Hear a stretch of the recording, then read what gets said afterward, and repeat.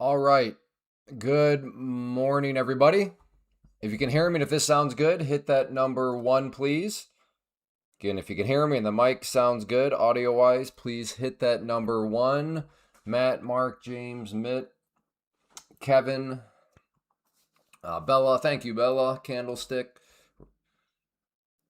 All right. Well, very quickly, for those of you that watch this in the archive, thank you very much. If you want to have something to continue to watch in the archive, then got to use code Clay, all caps, with any of these prop firms. I get it. Everybody's at different areas of their journey. So any of these, depending on what you're trying to do, copy trade, if you're looking to just spread things out across multiple firms, this is how you can help support the stream.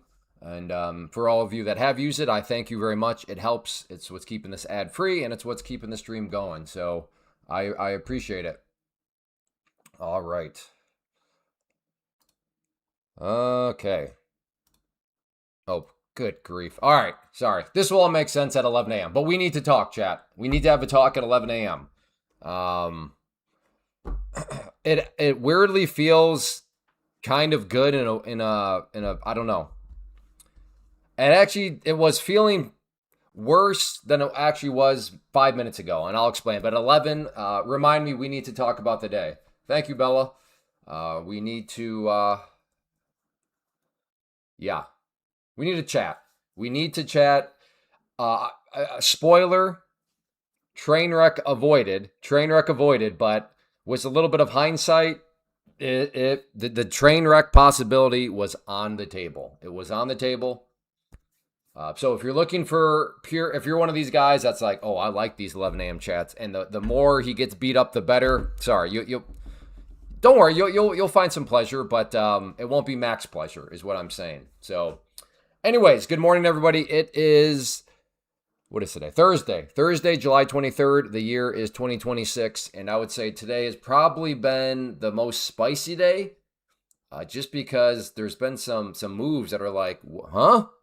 Specifically, that one right there. That was an interesting one. That was it was indeed a 100-point candle. Kind of came out of nowhere, but how are your holidays going so far, though? Good, bad, terrible, great, blew an account, passed an account, qualified for a payout. How are your days going? Connor, not having fun. Mark, small green. Kevin, good morning. The next Kevin, terrible. Yeah, Kevin, I can understand. I can understand that. Yeah. Morning Clay got in and out of a good green team. Oh, well, that's good, Jimmy. Small green for Jocko. Good job. Yeah, I'm thinking today is probably one of those days where I don't know if I want to say medium confidence. Medium confidence that today's one of those days where if you did not cook an account, you're the exception, not the rule. I almost want to say there's more cooked accounts out there than not cooked accounts. um Yes, you do need to follow tax policy. Now, how that works, you being in UK, I don't know. But Wolfie, I will say, and I'm not saying that you're necessarily asking in this sense. So I'm not talking to you, but like in general, so I think sometimes people have the idea, ooh, this prop firm stuff. Oh yeah, oh it's shady. Oh yeah, shady. So we can get around paying tax. No, no, no. This is prop firms. Well, okay. The ones that I use, the ones that I recommend are legitimate. Part of their legitimacy is you will have to pay taxes on money that you actually make. So I assume that is the case in the UK too, but Woofy, how that works with you in the UK, I don't know, but I would err on the side of caution that if you are making money with Take Profit Trader or with any of these prop firms, so you asked, well, I guess you asked about my prop firm. Yes, with Take Profit Trader, if you are making money, I would plan on paying taxes. How exactly that looks for you in the UK, no idea at all. But I assume the UK wants some tax dollars, and if you were making money, then I would plan on it. Hey, thank you, Maddie. And yeah, good to see you.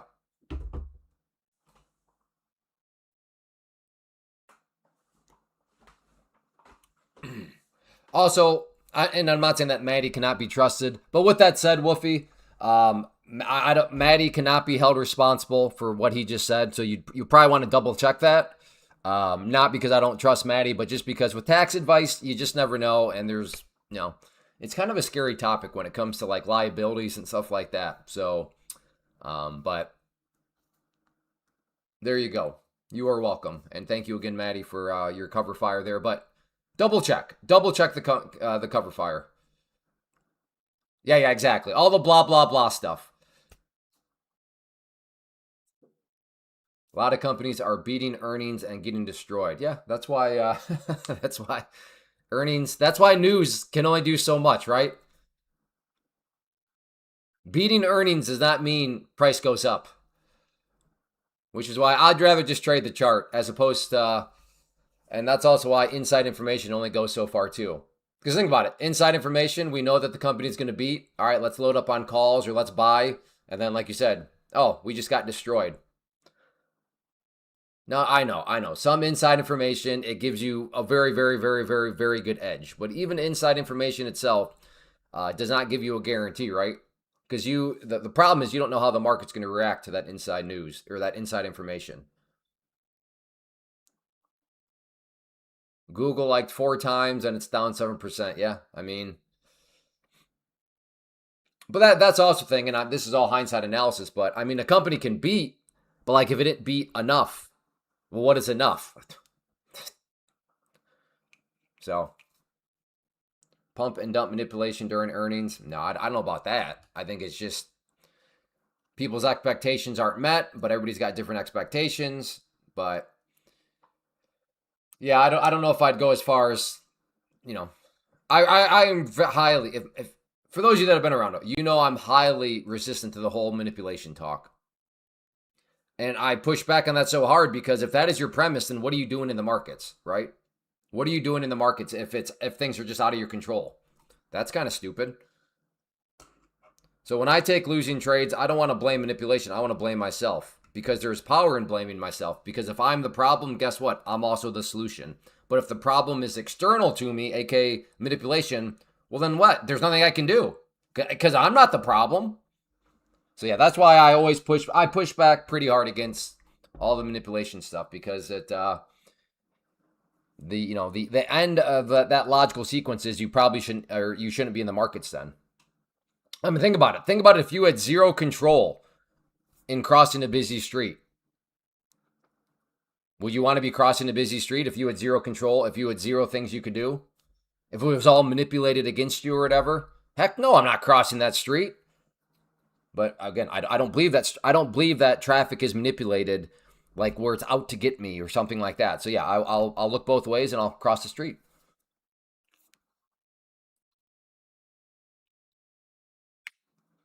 I mean, Google beat by so much it literally can't get any better, and people want to sell it. Well, sounds like to me a buy the rumor, sell the news type of thing. The age old buy the rumor, sell the news. That's what that sounds like. Dogecoin is going to the moon, especially when Elon Musk is on SNL. We're going to the moon. So many people don't know about Dogecoin, but as soon as he says something about it on SNL, there's going to be that many more people that know about it, and it's going to go to the moon. And for any of you that were around during that phase, I'm assuming you know what happens, or you remember what happened when Elon Musk was on SNL. If you were not around, the spoiler, it dumped. Buy the rumor, sell the news. Because the markets are forward looking. They're always trying to think what's going to happen. It hasn't happened, but it's going to happen. But when the thing happens, well, that's old news now. Buy the rumor, sell the news. Hey, good job, Kevin. I entered thinking the value drop is priced in here. Yeah. You guys are talking too many like fundamental things. I'm just a baboon. I'm just gonna look at some candlesticks.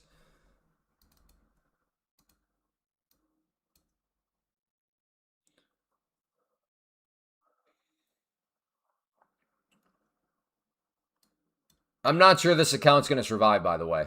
Just so we know.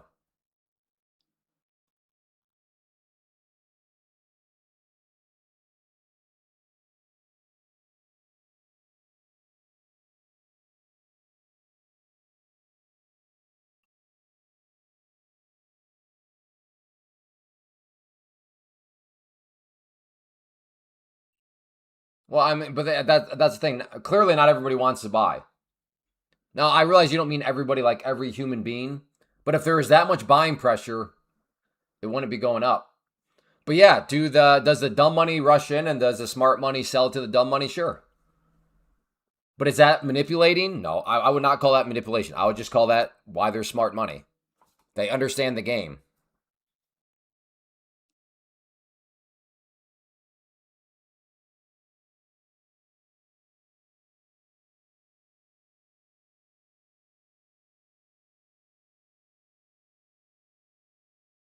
But like, is there a magical mystical creature out there, magical mystical algorithm or something that is causing Google to go up and then drop and all? No, no.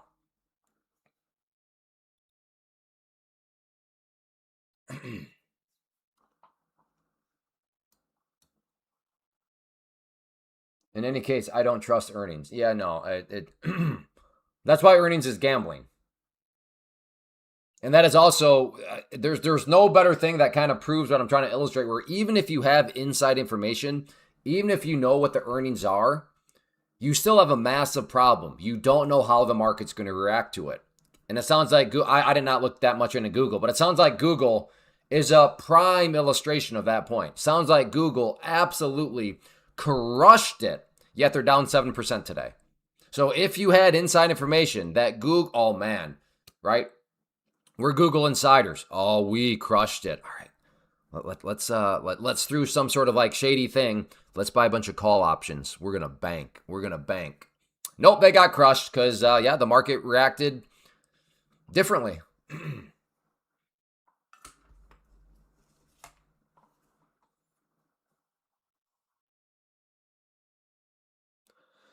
All right, I'm trying to think. Do I want to do a trade or do I want to just wait for the 11 a.m. chat first?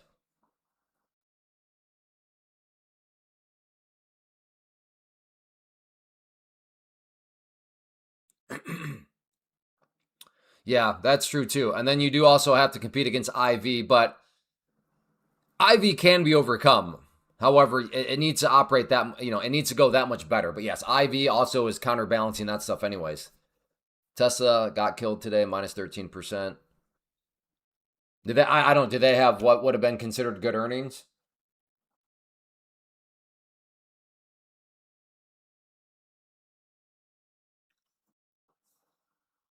I am so disconnected from that stuff ever since moving to futures, which I think we're coming up very soon on 2 years officially since I moved into futures. But anyways, um, I've lost so much. Like I don't know when earnings are anymore. I don't know what when people are. And now I am so like detached, which is great. Which is great. The amount of time freed up in my schedule, I'm not complaining.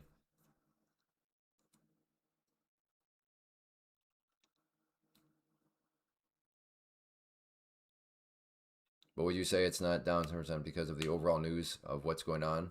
Oh, I don't know. At the end of the day, the only fact out there, Kevin, the only fact that is a fact is the reason why anything, whether that's a stock, a futures contract, a crypto coin, whatever, the fact of the matter is if something is down, it is because there are more sellers than buyers on the day. There is more supply than demand. Now, why is there more supply than demand? Why are there more sellers than buyers? Well, that's where everybody's got an opinion. But those are all opinions. The only fact is supply and demand. So I would say it's down because more people wanted to sell Google today than wanted to buy. That's why. That is the factual reason why it's down.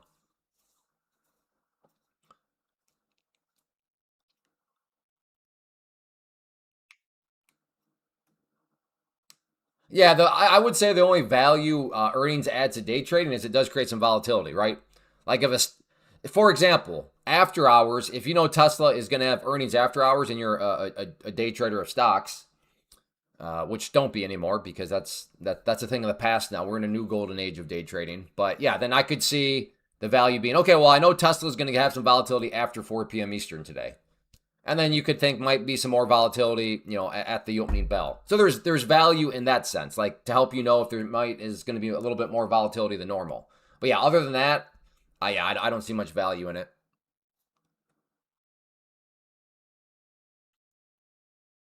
All right, 2 minutes. 2 minutes. Then we got to have our conversation. Also, I got to remember to remember the timestamp too to give people, because I only want to go through this once. I only want to go through it once.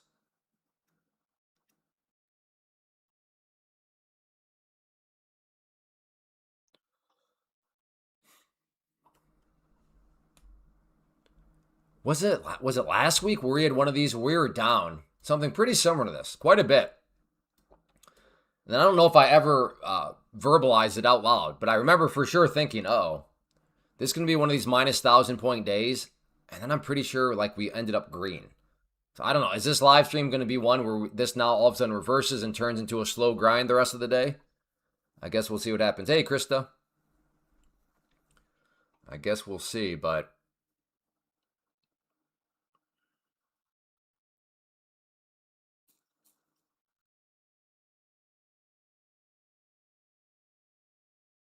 yeah, July has been just, I mean, brutal. I mean, especially for me. Live stream's been slower. The markets have been slower. And it does make sense in that regard. This is summer trading. So I'm trying not to be too negative in my mind.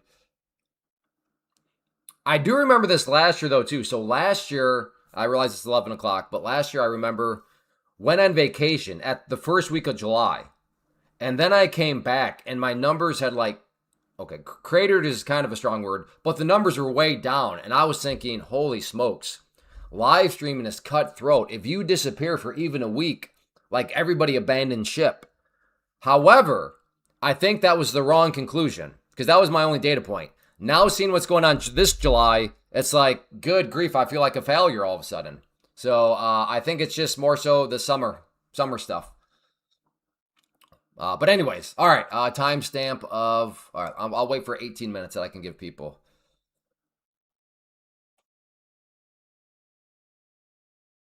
Yeah, oil, yeah, fill up your tanks again. Oh, it looks like gas prices are going to be heading back up. Hey, Marview.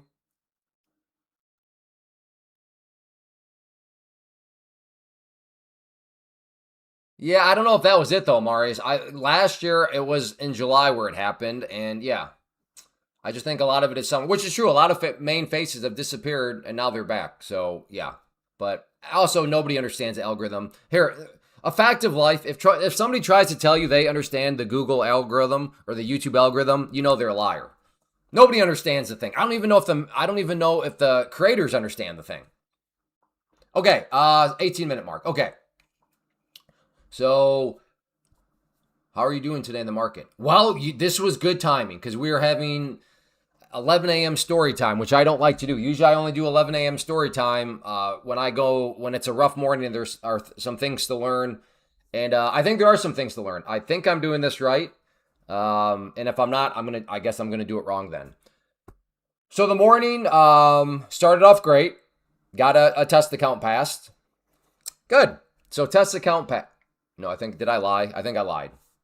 I do not remember. I either passed it last night or this morning. But regardless, my mindset started positive because I started with a passed account. I then went and I really don't know whose fault it was, but my Tradeovate this morning was acting a little glitchy. And there was a trade somewhere in here where I tried to get out for like a quick little scalp. I didn't, and then it just cooked the account.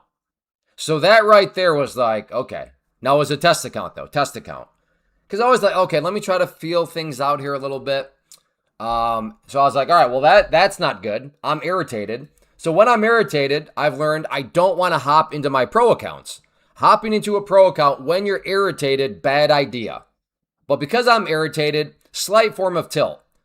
So I'm like, okay, let me get another test account. Because let's face it, sometimes tilt can work out well. And if tilt is going to work out well, at least it's occurring in a test account. At least I'm making progress towards the goal of turning that test account into a pro account. So fired up a test account. What was that? And then, I don't know, somewhere right around here fooled me. It was just such a big downtrend that I retained my bearish bias. And I don't know, somewhere right around here, I cooked that one. So I'm like, okay. So then I fired up this account, another test account. Went out there, made a trade, 785. Okay, whatever. And I'm like, okay, Clay, I think this is just a no pro day because you are all over the place. You are just doing stuff crazy. But then I went on and traded my pro account. And I made several trades to give myself some credit. I did, I was doing MNQs and I up 170 on it. And I'm thinking, okay, what are you doing, dude? What are you doing? You are in pure rule violation. And then I was watching this move here. I had a trend line drawn somewhere right around here. It broke, and I'm like, okay, here we go. Finally, that we have some direction. Finally, we know the Bears are taking back over control. And then, bless my kids' hearts. This is one benefit about having 6 kids.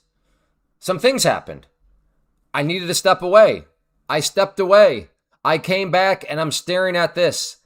And as much as I would love to lie to myself in hindsight and be like, oh man, I missed the beautiful long. I would have bought the break of that high. No. In my heart of hearts, I'm like, holy smokes, that would have been the Cook Pro account right there. Because I was completely bearish biased. This candle here, especially with the way it came back down, I would have thought, okay, things are starting to fail. And even on the move back up, I would have thought, this is going to roll back over because, look at all this. Why wouldn't I think of that? Look at these lower highs after lower highs. Why wouldn't I think it'd put in another lower high and roll back over? And the thing with this candle is this was not some like meager 40-point candle. That was over a 100-point candle. There is no way I would have survived a 100-point candle when it went up and my bias was bearish. That would have been test account, pro account gone. But thankfully, my kids distracted me and needing me to come down and just set the law straight a little bit, remind them of the laws of this house. They helped me dodge what would have been an absolute train wreck. So on that note, I was like, so close, because I should not have been trading the pro account in the first place. The fact I'm up 170 is still bad because it reveals bad overall trade management. I should have not traded the pro account at all today after I cooked 2 tests. Clearly, I'm not jiving with the market if I just cooked 2 tests, but yet I still did. And I dodged an absolute bullet. So on that note, this is a test account. If you don't want to see it, but that is how I am not qualified to trade a test or to trade a pro account today. So close. So that's what I meant earlier. It's weird. Nobody wants to cook accounts. But the fact that I was so close that I would have cooked that pro account and I stepped away, that feels like a gift. And it is what it is, and we're just continuing to drop. So that is my day. 2 test accounts. Okay, a past account, 2 test accounts cooked, a pro account up 170, but would have been cooked had it not been for my kids. So in other words, a whirlwind of a day, and I am in no mental state to be qualified to be trading a pro account. And then this is what I want. My final learning lesson here is this. This is the power of multiple streams of income. I don't need to trade my pro account. I don't need to make money. Yes, I'm up 170, but I don't need to make money from trading. And I want you to be able to say the same. Because when you can say, I don't need, keyword in this sentence, need to make money, then you can just step back and be like, okay, today's not my day. But the people that are sitting there and they're needing to make money, they could be in my frame of reference. They could be in my mindset today, which is not good. I'm not jiving with the market very well. But crap, I need to make money. So I need to keep trading this pro account. Even though they know that I am not jiving with the market, I need this money. I got the rent bill due. I got this bill due. I got to do this. I need my Starbucks coffee. I need to trade. That is a very, very bad spot to be in. So that is why around here I preach, and I am, again, today is just a reiteration, a case study on the power of multiple streams of income. Because when you don't actually need money from trading, because you have other flows of income, you can act, it's easier to behave responsibly. So there is where I'm at now. So what did I say that was? The 18-minute mark? So there we go. So that was 7 minutes, 7.5 minutes. I don't feel like going through that multiple times today. Yeah, $2. Yes, 2 plus 2 equals Starbucks coffee. Yeah. Not always, curiously. But yeah, the majority of the time. Well, I don't. It kind of depends. It depends on the. It does depend. So, I don't know. Almost this entire summer, this has been kind of bumpy. So, Maddie Dented. Clay, I know for a fact I was trading stocks at home full time. The pressure is big. Yeah, I would say the pressure is borderline insurmountable. So yeah, there we go. Now overall, because prop firms are also, the numbers are fine. The numbers are fine. But it's just one of those days where it's never fun to lose a racehorse. So, and I don't want to do that today, and I would have. No doubt about it. That was a bonk. Let me put it this way. If you got cooked on the short side in your trading journal, you should just write crazy candle, period. Because people waited and waited and waited. There's this trend line here. Which way is it going to go? We finally have direction established. So at that point, when it broke down through here, I can see why you would now be officially in a bearish mindset, because we finally got some direction after all this kind of right here. And then this candle right here, I can see, okay, it did try to attempt to bounce back up. Okay, it's getting smacked back down. And then for just the 100-point candle to show up after, it's just savage move. So like I said, if you cooked an account on that one, please do not go back and be like, okay, what did I do wrong? Let me no. You just got crazy candle. That's all it needs. That's all you need to write. Crazy candle. Chris, sometime or qualified for 100K last week. Felt good. Then liquidated. Oh no.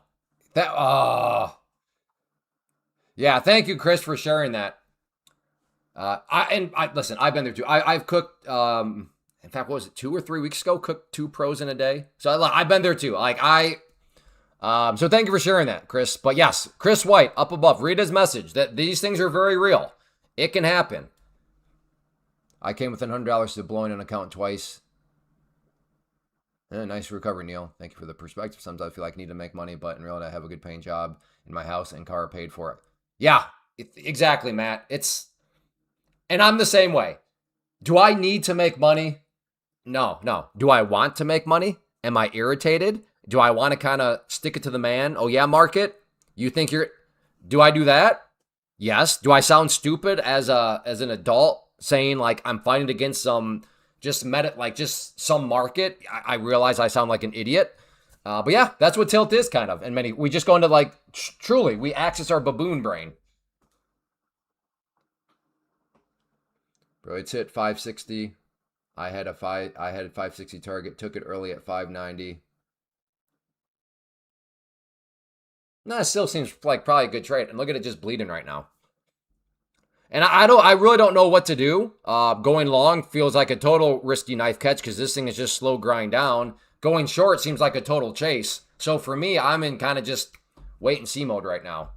These can be very hard knife catches though, because I guess it would have to be a very, very tight scalpy scalp because it has bounced a little bit, but man.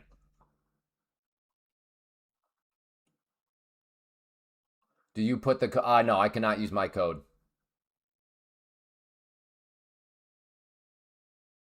Oh, are you saying, Mugbot, yeah, Mugbot. If you're asking how to use my code Clay during the checkout process, there will be an area for a code. So just make sure this. Code Clay, and then the way to double check, you should be paying these prices. So if the 150 or if the 50K account is showing up for you, for example, at 170, you have not used Code Clay. Code Clay, it will be showing up at 102. But yes, there is a spot during checkout where you will type, and it's got to be all caps. It is case sensitive.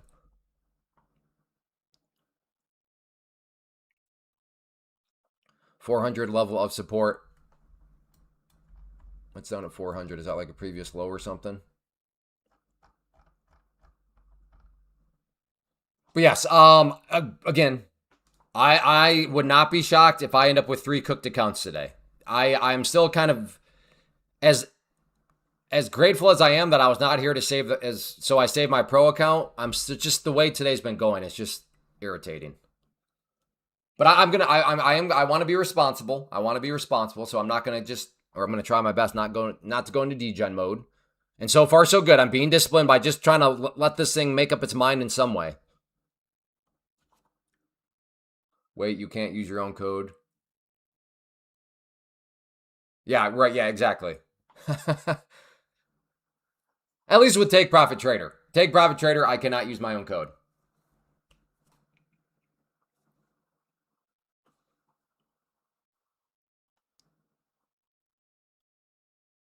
Hey, Trader Alec. I feel grateful I didn't cook an account today. I was close, though I got chopped. Yeah. Were you singing that song, Maddie Dented?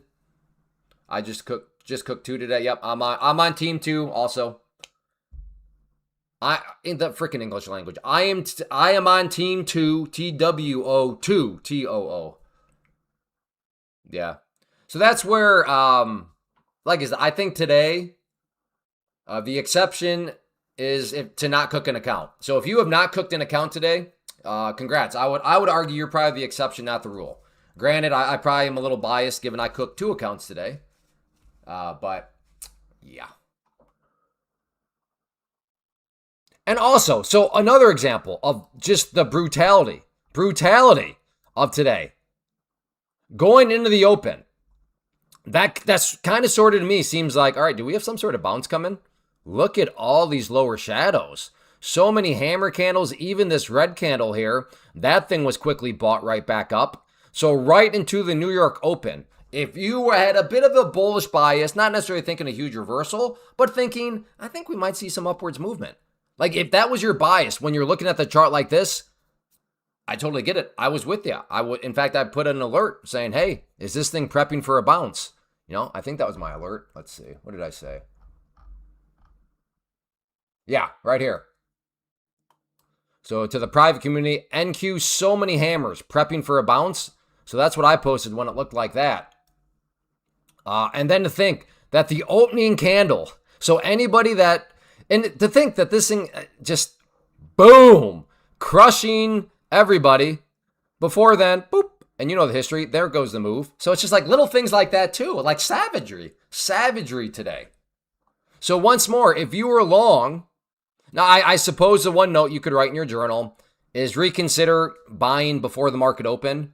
But even on that, if there was ever a time where it seems as though there's an edge to maybe speculate right before a market open, for me, this would be one of those situations. A bunch of hammers, then a solid red candle, immediately bought back up by the next candle. So, I mean, just like I said, that is why I would argue that today, if you did not cook an account, you're the exception, not the rule. So, well, good job, Abel. Losing small amounts every day is, yeah, every day, but small amounts, that just means it takes one big day to recuperate everything. I did get stopped out at open, but got back in at end of the day green. Good job, John. Short at 570 to get a stop at 525.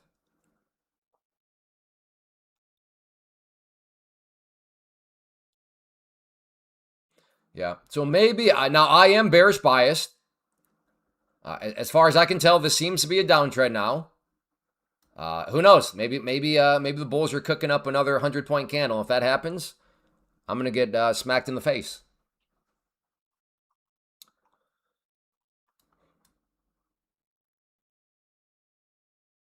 Didn't cook an account. Yeah, score again. Yeah. And today there's been several tricky things out there.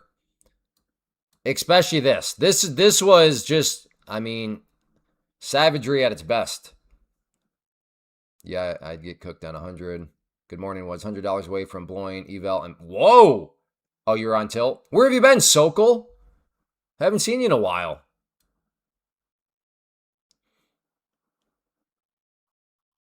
But congrats on the comeback. But yeah, I'm glad the tilt went in your favor.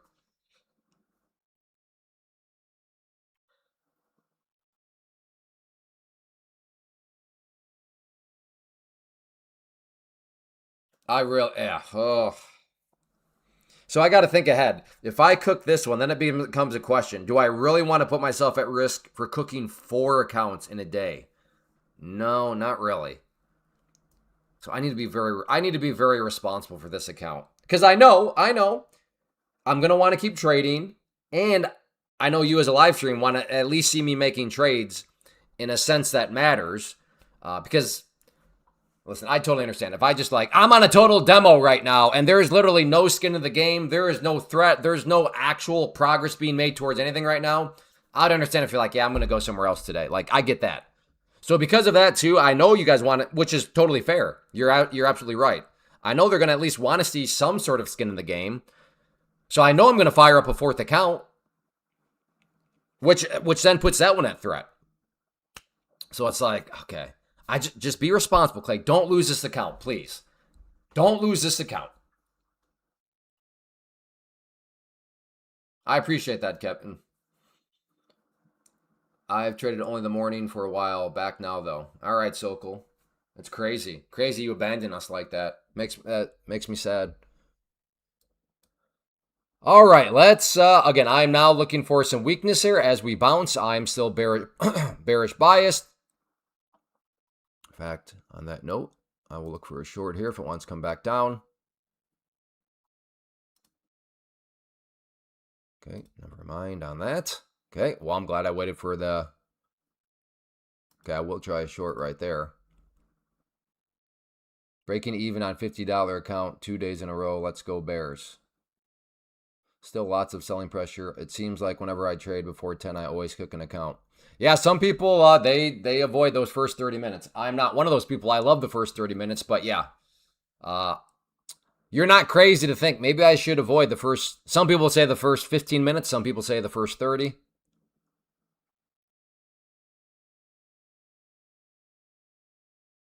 Again, looking for a short up there. That green line is the 21 EMA.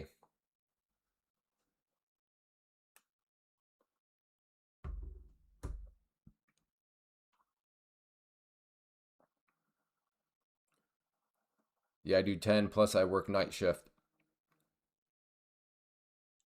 Yeah, makes sense. First 30 minutes is quantum nature panning out 30-minute time. Is quantum nature pan... Okay. Well, I guess then I like quantum nature because I like the first 30 minutes. So I like quantum nature. I like when quantum nature is panning out. I have no idea what that means, but I guess I like it. Me too. I like it. Me and quantum nature panning out. We're friends. How do I stop my trades from showing on the chart? How do you do that? Is that here? No. Here? Price, oh, right here. Fills and orders. You can just unclick.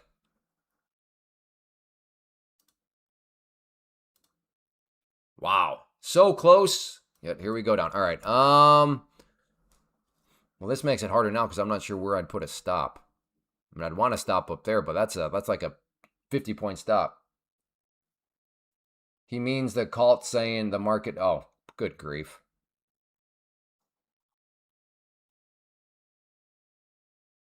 Maybe Bowser will be here today. Maybe today we'll get Mr. 1:30 p.m. manipulation here today. I'm not going to hold my breath, but I'm trying to stay optimistic.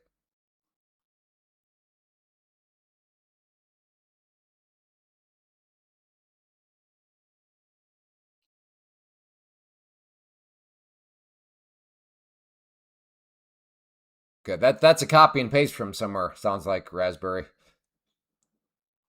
Whoa! Hey, Sashi, dog. Not that. Okay. Not that I'd still be holding, but man, I was bearish biased and I didn't quite get filled. Okay, so Zokru woke up on the... Zokru chose meth today. Sometimes he chooses that glass of water. Sometimes he chooses meth. Today, Zokru chose meth.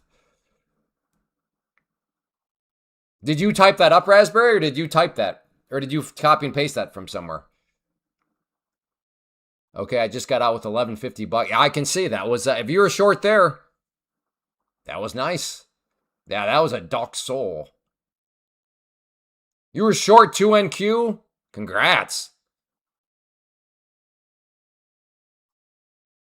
Oh, you just, you literally just typed that. Nice. Nice. You could start a cult with that sort of lingo.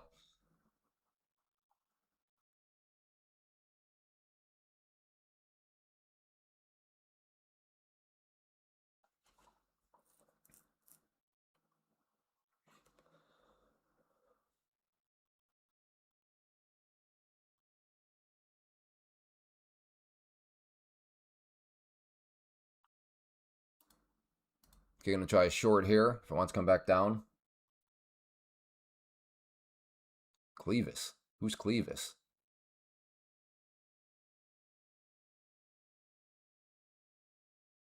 I am in.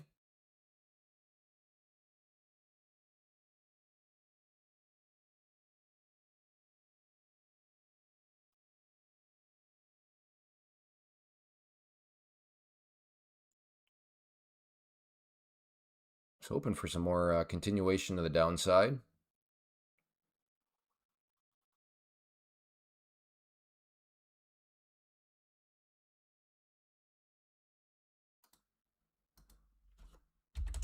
Added some more.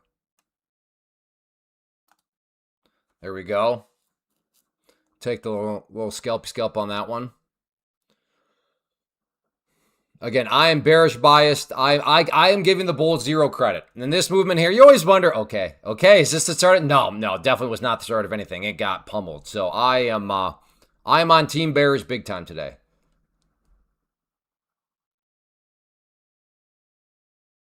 I think America has more sellers than buyers. Yeah, so this is how detached from the markets I am. Like, I don't even know. Like, I assume the stock market's down today. Oh yeah. Oh, Doxo. What's QQQ? What's that one doing? Rough. Let's see. What are utilities doing? You see, that's why you got to have some utilities in your portfolio, folks. Right there. Utilities up on the day. So, what are SO I own? Doxo! What other utilities? DUK I own. Doxo! What other utilities do I own? ED? I think ED, that's utility, right? Doxo! See, look at all my utility stocks, the most boring ones up today. What other ones do I own?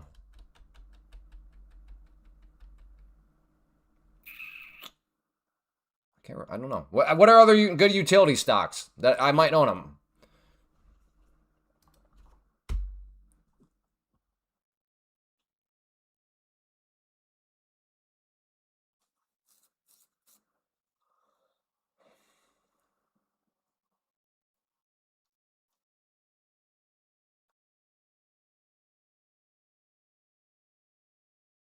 Do you own or trade BE? No, I don't think. What's BE? I definitely don't trade. I don't trade stocks anymore. Trading stocks is garbage. No. Okay, that's a nope. Well, that's more of an energy one. Yeah, actually, what are oil stocks doing today? What's CVX at? Oh, what other ones are XOM? What's XOM at? Oh, Doxol. What else? KMI. Okay, that's not quite oil. That's more like a pipe. What other oil ones do I own? I think I own an. My two primary are CVX and XOM. I don't own BP. Are they? Oh, I should own some BP. Anyways.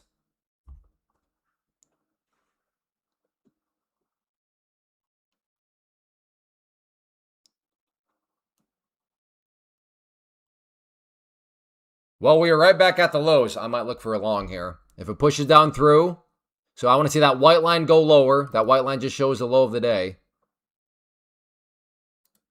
So in other words, the price can never get below that white line. The white line itself just goes lower. All right, never mind. Oh, wow. Right off of it. Boom. Right off of it. Okay.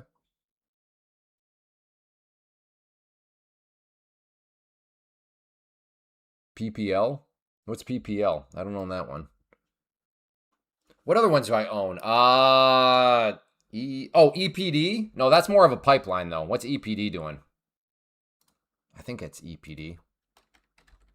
Yeah. Yeah. Still coming up off the bottom. KRP. I think that's like, what is that? No, KRP. KRP. Yeah. I like this one. KRP is pretty cool. Good, nice dividend on it. It's like, if I remember right, it's like an ETF of just pipeline companies.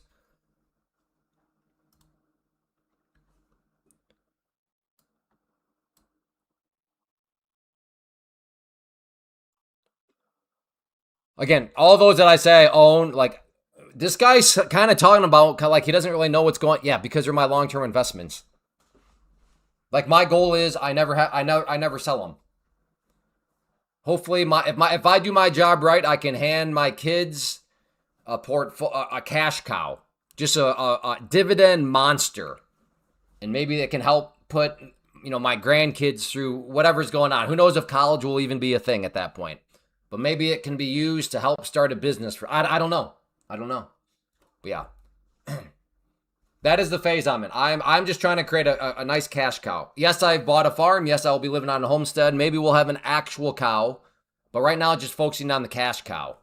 I want them dividends, brother. Okay, chat has gone quiet. I'm waving the white flag. We did this yesterday. I don't know what's going on. But if you guys aren't going to talk, I'm not going to sit here and talk to myself. It's so boring. I should be done for the day. For the record, I am in literal no mental shape to trade. I'm here because this is fun and for the live stream. But like, if we're not gonna hang out, brothers and sisters and furries, I'm going to the property. I'm gonna go work on the roof some more.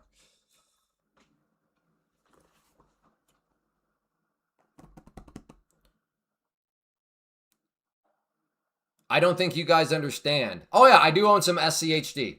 I do own some of that one too.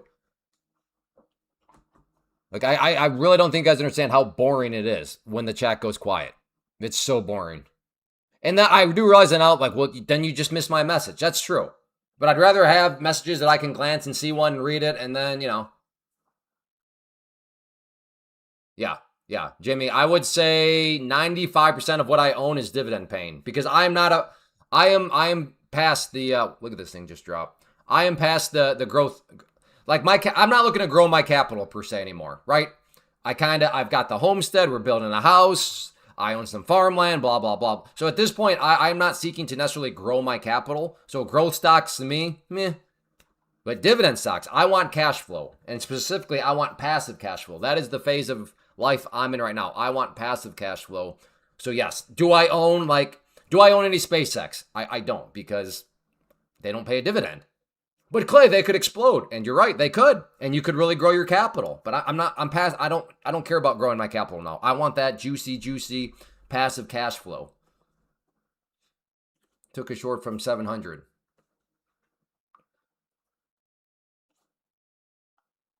I'm fairly new to trading and want to know more about key levels.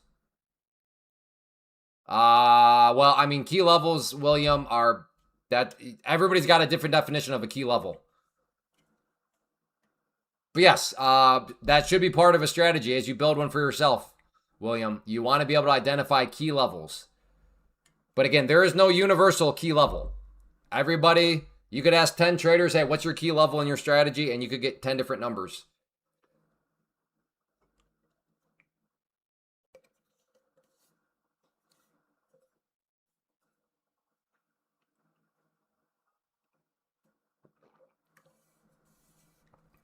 I got a PhD in YouTube. There we go. There we go, brother.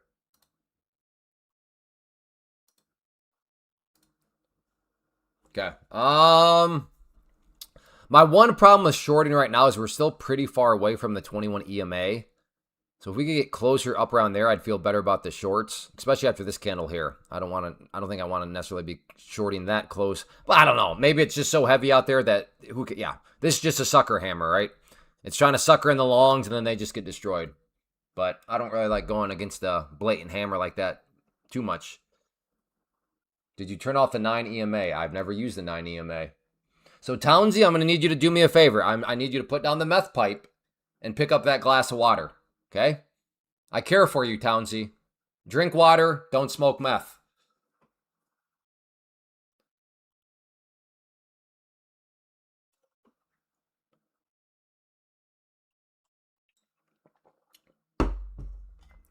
I know you did. That's why I'm telling you, brother. Brother, choose H2O, not whatever the chemical compound for meth is.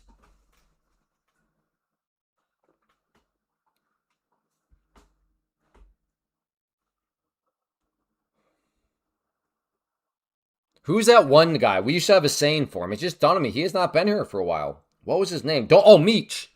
Where's Meech been?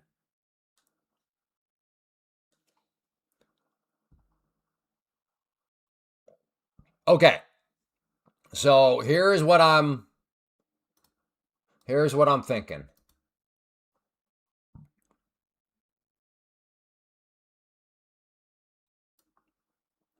If we can get the 5 minute to give me a hammer, which we have right here, 5 minute, we have 25 seconds before this is done. If we can get a hammer, and if this next candle immediately starts coming down, I will try a long down here. But if this next candle goes up and then comes down, probably not interested. So we should get some sort of hammer here. So 10, 9, 8, 7, 6, 5, 4, 3, 2, 1. New candle. Boom. Now come straight down.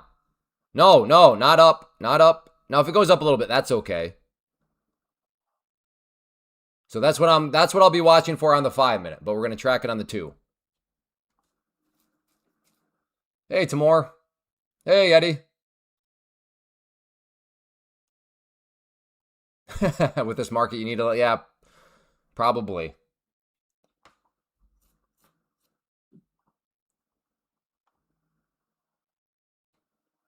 If I had a hammer, I'd hammer in the morning. Oh, that not really what you meant, but so Saturday, one of our neighbors was getting a roof.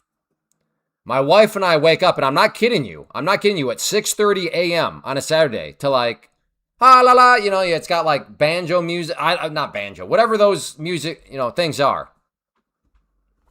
And a couple houses down, yeah, there's like 8 Mexicans climbing on the roof, tearing it off, and we're like, what are you, dude? It's 6:30 on a Saturday. What are you blaring your music for? So it was either one of two things. The neighbors came out and were like, what are you guys doing? It's 6:30 a.m. on a Saturday. Or maybe another neighbor was like, loco, loco. But it was wild. And the only reason I thought about that was because somebody mentioned I'd hammer in the morning.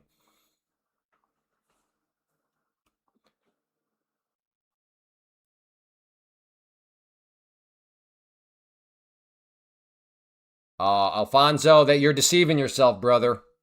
Pure deception. Pure deception. When you have a bad day, you just remember who tried to warn you. You just remember.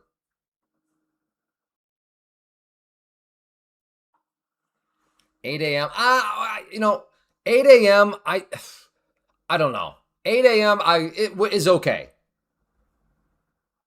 9 a.m. I would say is like for sure. I think everybody would agree. 9 a.m. Okay, if you got work to do, get out there, start to do your work at 9 a.m. 8 a.m. For me, that'd be okay, but I can understand people's pushback. But I would think everybody would be like, yeah, 6:30 a.m., especially on a Saturday, a bit much.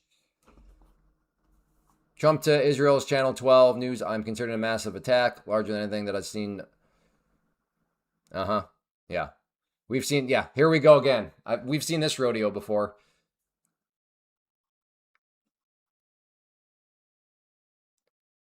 No, again, I don't have a problem with getting started with the work. I'm sorry, I didn't really specify that. The work at 6:30 a.m., fine. Blaring music at 6:30 a.m., that would be no. So my complaint was more so the music. I didn't really specify that. Okay, might be a short here. Let's see it hit this line here, and then if it wants to come back down, I'll take a swing at it short. Step 1, hit the green line. That's the 21 EMA. There we go. Okay.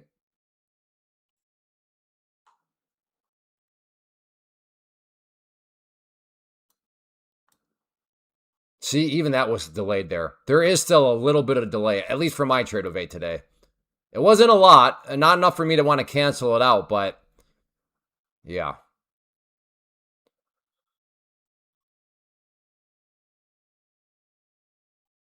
So if that red line turns blue, I'm in. See, that's so much better. The chat lit up. We were talking. We were shooting the breeze. And now I think it just went quiet. Again, maybe everybody's on the edge of their seat. Maybe that's why it just went quiet. Now everybody's just waiting to see what happens. Server mile in the house, removing some support. All right, Todd. So you are in somewhat of a little bit of a different thing, a different type of project, but we're both in projects right now. Okay, here we go. Maybe. I'm in. All right, let's see if the 21 EMA wants to smack it back down.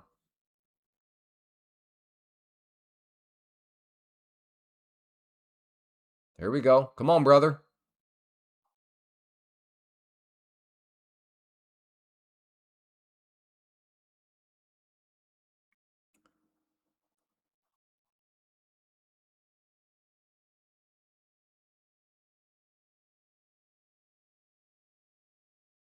See if it wants to get smacked back down. I'm almost interested in add. Ooh, I'm gonna add right there. Comes back down. Again, we'll add at the red line if it comes back down. Or are you gonna be one of these garbage V shapes now in the 1 minute? Is that what's going on here?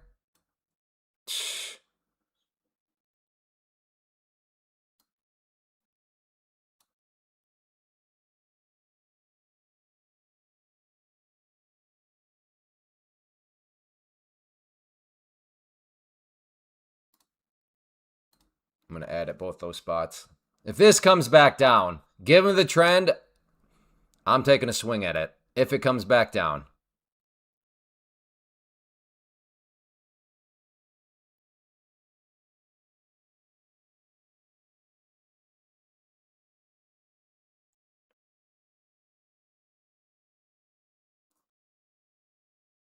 Come on. Come on. In. Come on, let me add some more. In. Let's go, brother. Let's go. Oh, don't do this. Just keep coming down. Come on. Come on.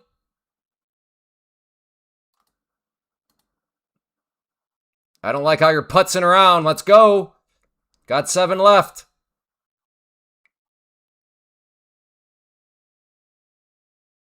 There we go. Come on.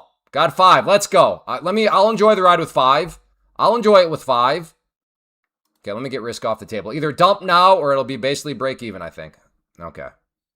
Okay, I think I made a little bit. Doggone it.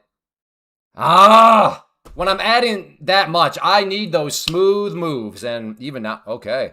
Are you really going to go back up? I mean, my ego wants it to go back up so that I look really smart for getting out like I did. But that'd be disappointing because that's...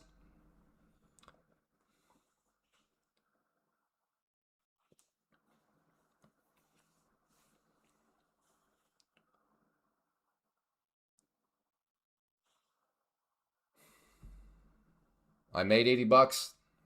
I was hoping to be a lot more than that. Oh, that's why you don't want to count your eggs before they hatch. I started to count and there was no hatching, and now I feel like that was just such a... All right, well, do I try? I might. Again, I'm still bearish bias. Okay, I would not have missed. I want to see a little bit of... I want to see a small higher high and then have it come back down, but...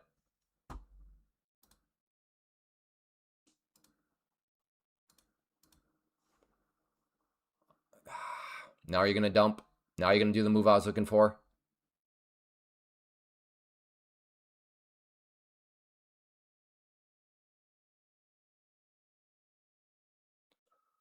I think it goes back up. We shall see. Well, I saw it go up a tick. So I guess, Jocko, you were right. Or did you have a specific spot you think it might go back up to? But you are technically right. I mean, you're definitely right. It went up like, what, 15 points there.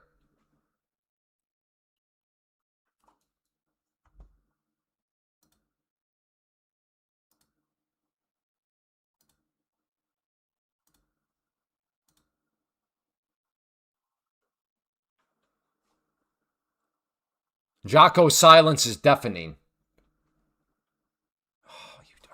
Okay, I am. No, I don't know if you were wrong. I saw it go up after your comment. Okay, here we go. Bounce up some. All right, I'm going to look for a back test right here short. Back test and go. Come on, come back up.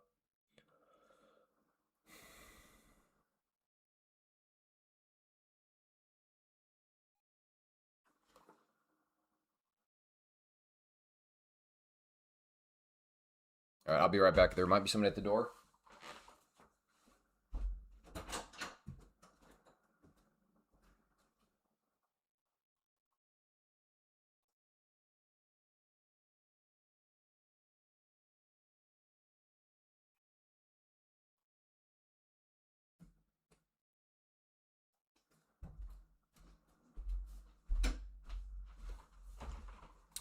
No, just hearing. I guess I'm hearing things. I'm I'm not. I mean, I'm not on kid duty, but I'm kind of on kid duty. Our oldest is here, but my wife and one of my daughters had a doctor's appointment in Des Moines, which is like a 45-ish minute drive from here. So, like I said, I'm kind of on kid duty, but not really. So I had to just be a little bit more aware. Oh, all right. Well, that makes me feel a little better. At least it didn't go up.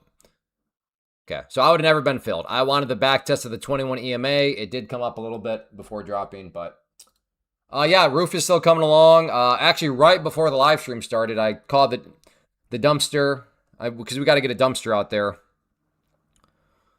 What, you have not had a dumpster out there this whole time? No. We just burn the scraps. That's the nice thing about country in America. So anyways, but with the drywall and stuff like that getting ready, like that doesn't burn and they're going to have scraps. So anyways, so dumpster getting that lined up. House or the roof still apparently valleys and metal takes a while. And to watch, I understand now.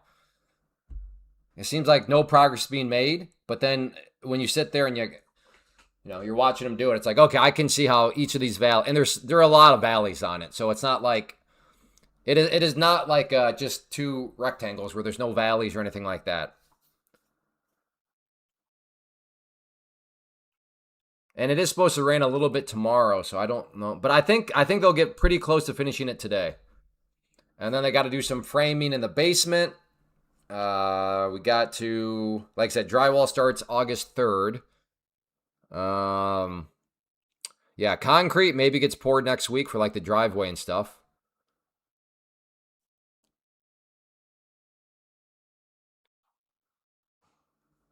We need your new office to have a window facing the door, so you can see if someone is there. I don't even. What does my office door look like? I don't even know. I know my wife got me a heavy duty one, like that'll have some sound, but I don't know if it's. Yeah, I'm sure it's glass. I'm sure there's glass in it, so I can look through it. All I know is my wife got me like a heavy duty one.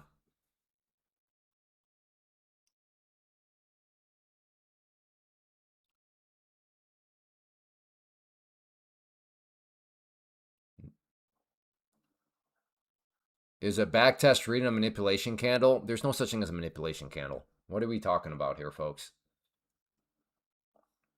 Are there spazzy candles? Sure. But is there some like evil person going, let's create a hammer candle here? No. You gonna have any high tunnels? What are high tunnels? What is factor for falling market? Yeah, the factual answer is more sellers than buyers today. Why are there more sellers than buyers? Which is, I think, what you're asking. I don't know. Yeah? Hello? Jet? Is that Jet? Yeah. Where is he up here? No, he's downstairs. Oh. Come here. No, he can come. Have him come in here real quick.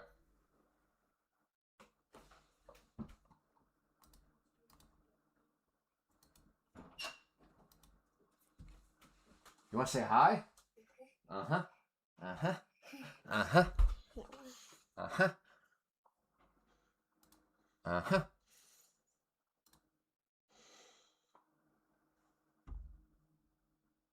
Can you say hi? Say hi to everybody. Hi, bye. Oh.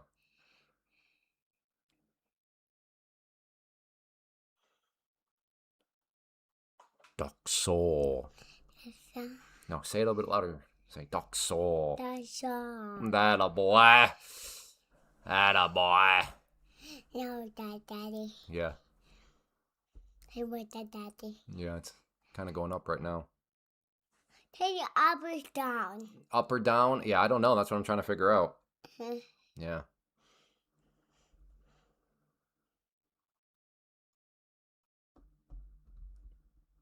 Say Doxor. Attaboy. All right, can you say bye to everybody? Bye. Okay, good job, buddy. Listen to your sisters, okay? Listen to Joy and Dot. All right. Can you close my door, please? Thank you, buddy. See ya. Doxor!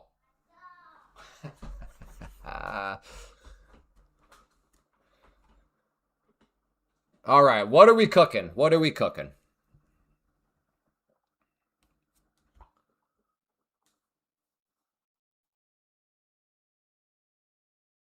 What are we cooking here? I know, he's already trying to figure out, man, up or down. What's going on?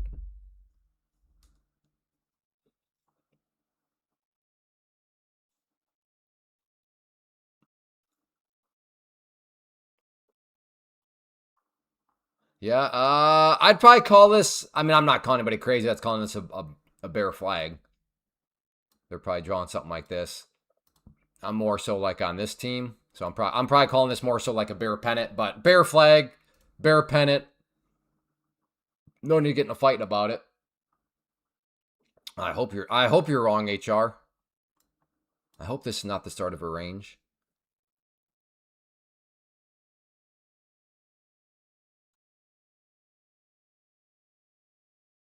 We will see though. Again, I am bearish through and through until I see something that makes me that is persuasive. Looks like it could be a reversal head and shoulders. A reverse head and shoulders.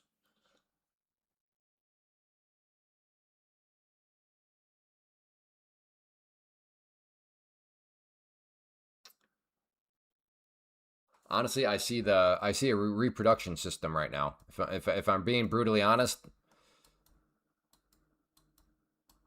I see a reproductive system.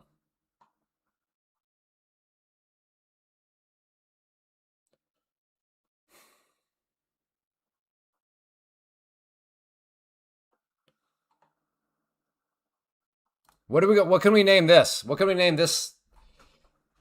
Hey, that's all. That's science there. Kids step in. Kids step in. This is anatomy class. This is yeah. I mean, this is just science. All right, I think I'm gonna try a short here. Not think I am. I'm gonna try a short there if this wants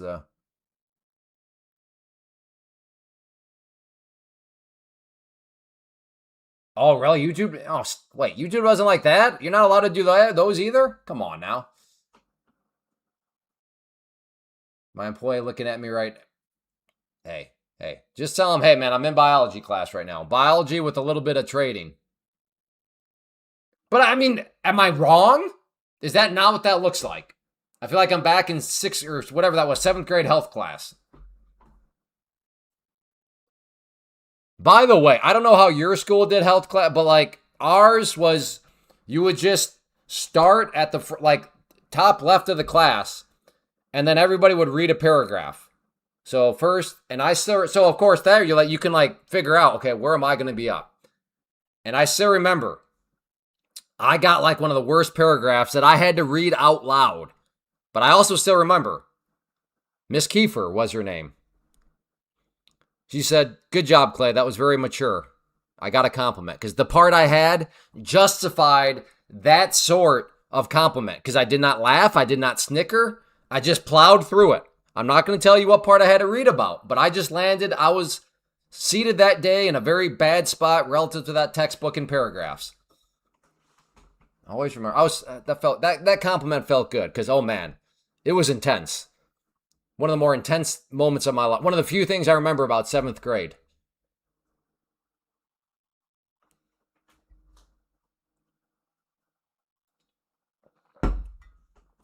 Okay, looking for a short up here now.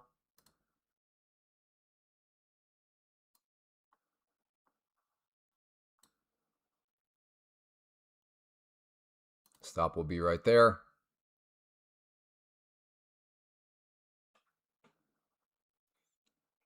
Yeah, I could have had a better choice of words. As I said that, I'm like, this is yeah.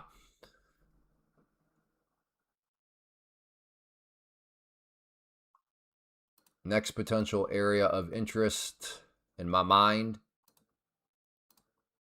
Right there.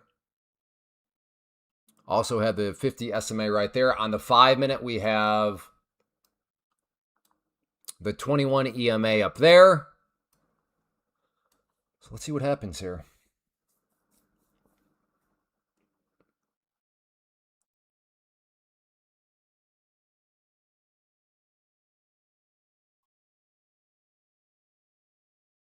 Hey, James.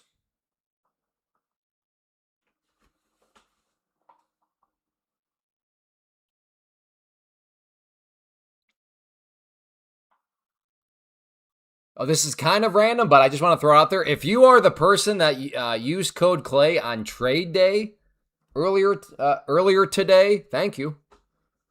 Don't get a lot of coupon usage there, but somebody did, so I appreciate it. So if you are here right now, I appreciate it. All right, we're at that area. Let's see what happens.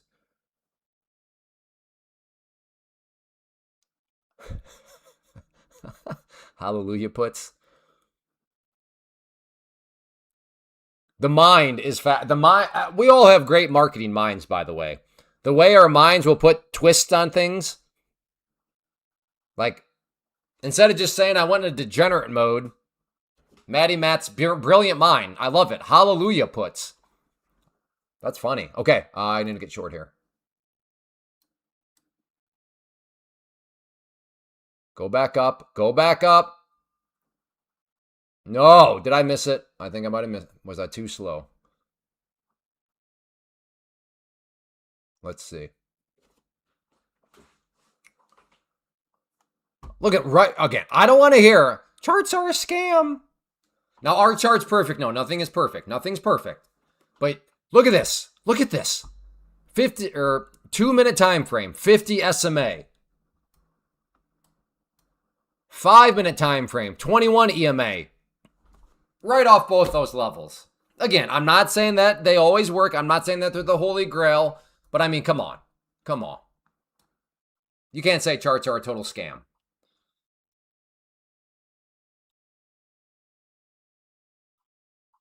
Yeah, I'd agree, Matt. I still might try another one, though.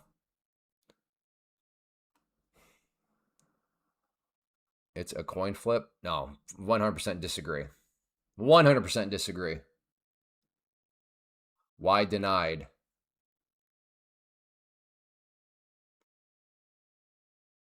Yeah, are you having a conversation with somebody? Okay, all right, Maddie. Well, when you're saying stuff like hallelujah, that makes me think like the Hail Mary pass, which is kind of, but I do see what you're saying. Like there was actually some thought behind it. My long from 555. Oh, did you call that out? I might have missed it. Did you call that out in real time? Your 555 long? 555?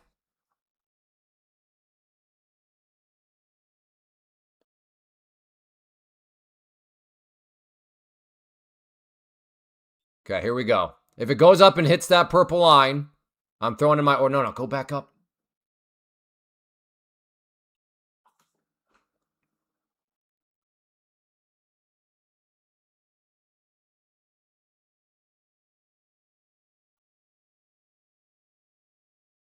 It's close enough. Close enough.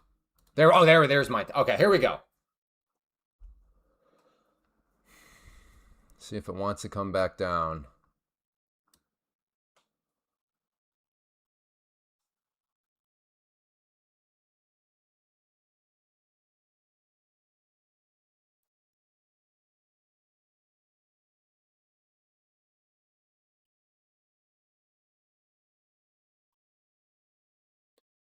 Again, we are also right at that 21 EMA on the 5-minute.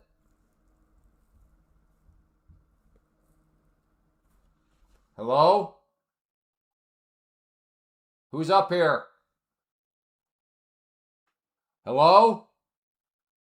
Crap, just a minute.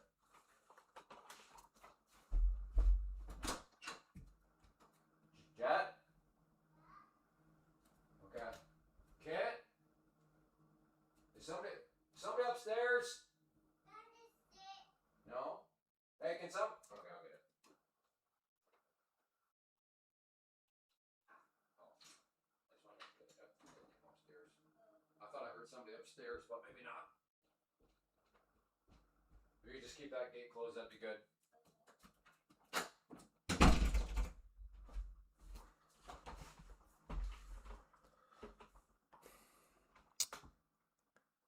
I thought I heard somebody running around upstairs. And our youngest, Jet, who you guys... Oh, crap. All right, let me just count. The youngest you guys met, who is Jet? Him running around unsupervised upstairs or anywhere, a little risky. But I'm not sure what I heard.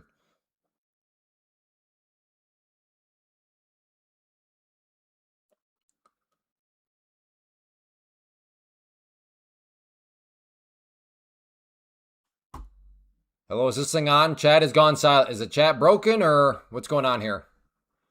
Hello?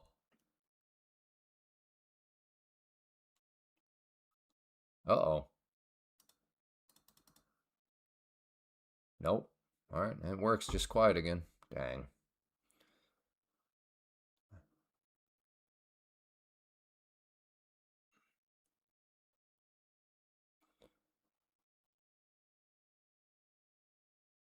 Yeah, he'd never be mischievous. How long you full-time trader? I'm not a full-time. I don't believe in full-time trading. I'm not a full-time trader. I am a full-time income stream creator.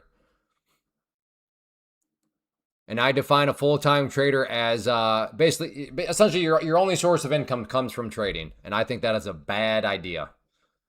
So no, I'm not a full-time trader in the sense I think you think I am. I have many streams of income, and I encourage you all to never seek to be a full-time trader. Seek to be a full-time income stream creator. Now, if trading is an income stream you want to have in there, cool. But the thought of needing to depend on trading to pay your bills, that's a very high-pressure situation. Trading is already hard enough. To throw in the high-pressure nature of needing to make money because you need to pay the bills, oh boy.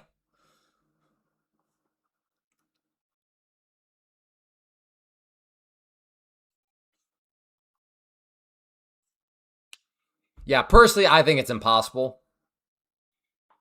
I know there's always somebody like, well, I do it. Like we have the one guy, oh, I do it. I'm a full-time trader. And then you peel back the layers a little bit more and it comes to find out, oh, well, your wife's a doctor. So are you actually a full-time trader? Like, do you need to make money from trading to pay the bill? Well, no. Your wife's a doctor, right? That's not a full-time trader. Well, I know so-and-so. And then they tell me somebody on Twitter and I go look and they're selling t-shirts and they got a chat room and they got an affiliate code, all those things, fantastic. But they're not a full-time trader. They are a multiple income stream creators, what they are. Good for them.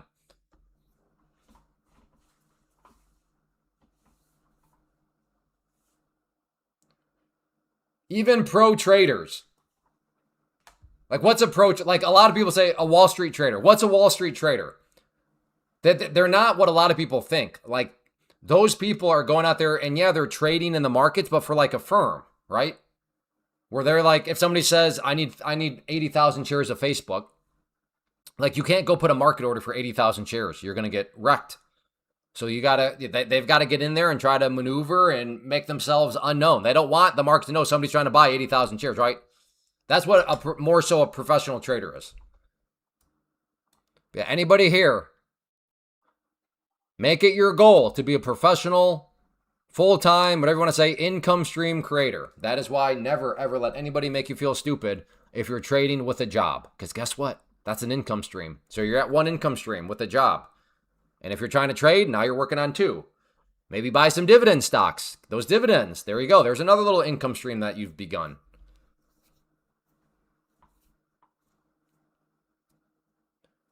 Clay, I'm a full-time trader. Yeah. Mm-hmm. I live in my parents' basement. I don't have any bills to pay. Okay, all my money I make comes from trading. Okay, I guess that's true. You're a full time if, but like hopefully you see like okay, well, is that your like are you gonna mooch off your parents like your entire life? Are you ever gonna try to take on like any responsibility like your own rent or stuff like that? I mean, so yes, are there some outlier situations? Probably, but rule of thumb, and as I've always said and will continue to say, I have zero chance of being a full-time trader. If full-time trader means like I have to make money, all my money comes from trading. With 6 kids, that pressure would pop my head so quick, so quick. I would stand zero chance of being a full-time trader if my only source of income was from trading. No chance at all.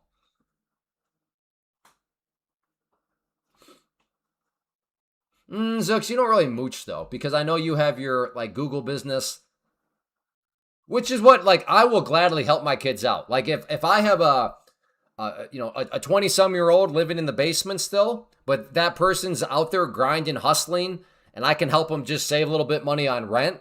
Like I am all for investing into something or someone. If they have a plan and them living in my basement can help further their plan, which is to eventually get out of the basement. I'm all for that. But like if the exit plan is there is no exit plan, I just want to live in your basement. Nah. No. No. Yeah, if the plan is full-time leech, no.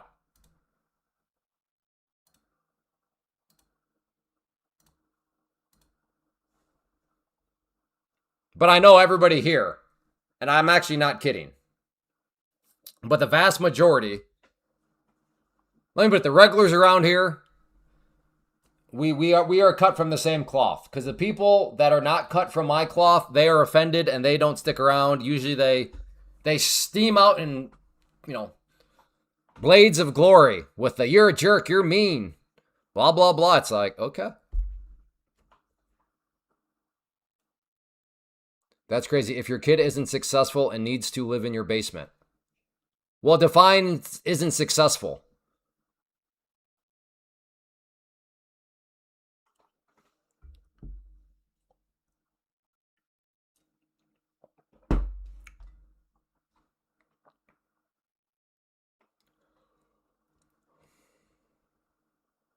I am totally toxic. I know. I know. I cannot, Maddie Matt. Well, what did they try and try? But it never works out. What did they try? Like they tried to go to a job, but then they get fired because they show up late because they can't show up on time. Like that kind of trying, or like what?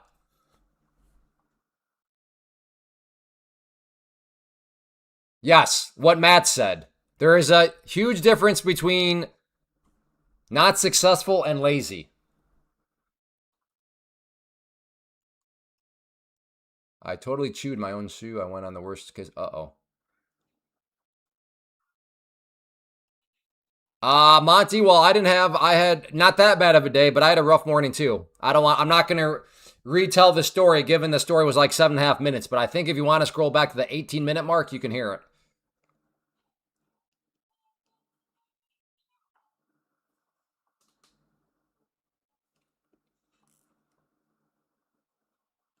If my kids are trying and they're just, I don't know, man, Dad, I try, like, I was this job. I was showing up on time. I was doing a good job. And then the company just went belly up. I'm homeless. Can I hang out while I look for another job? That's yes, of course. Yes, of course. Yes. You've ever tried Forex? Forex is M. Layden. M. What country are you in?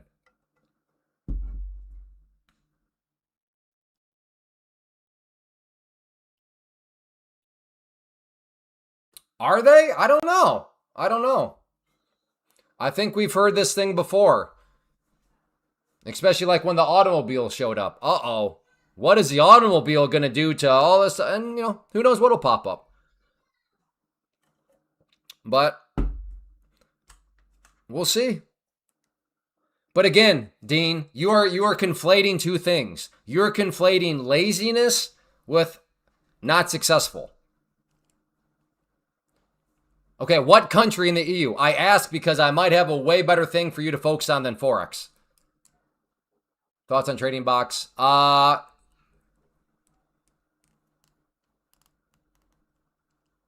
drop of I know. The drop of the human is coming.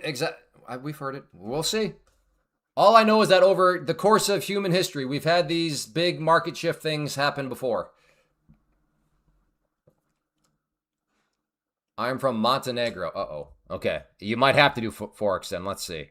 Let me check for you real quick. You do, as an FYI, you do not want to see your country on this list. I'm going to refresh just to make sure I have the most updated list. Montenegro. Oh, I'm sorry.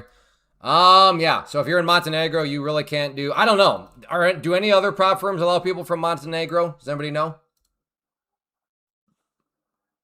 But Frankie, thoughts on trading bots? Well, let me ask you this, Frank. Is it your trading bot or are you buying a trading bot?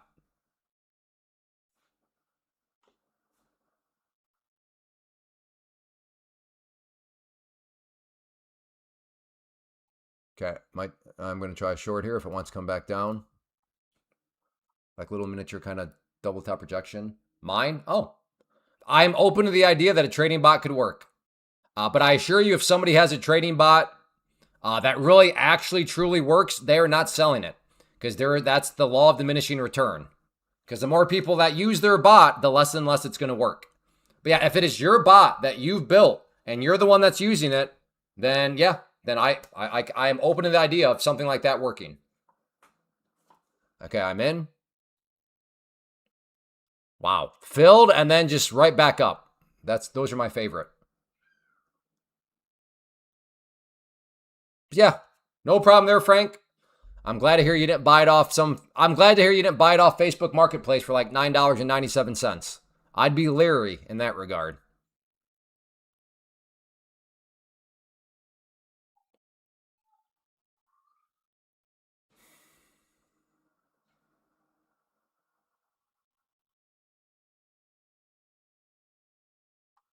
Although I would say I'd encourage you to not look at Forex and stocks. You should really consider futures, though. Futures make those things look like paint drying.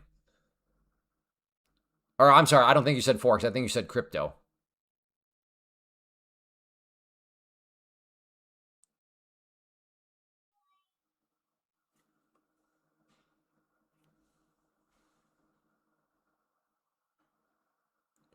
I am short.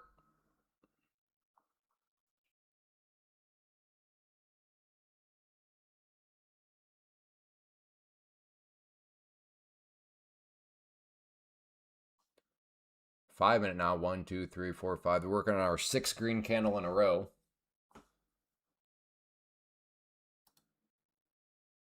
I'm going to add some. Like I said, I am still bearish on this thing.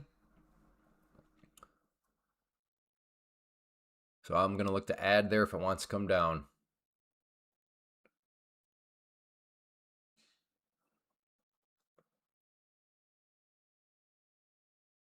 I am close to adding. There, I have added. All right, here we go, brother. Let's go. Let's go. Come on. Come on. Oh, my goodness. Well, if you suckered me in, then more power to you. You got me. There's my stop. So if I got suckered in, well, then it is what it is.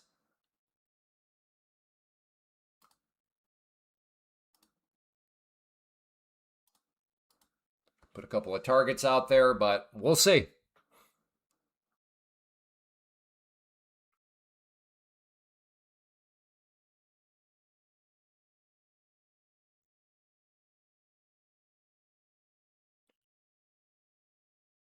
Come on.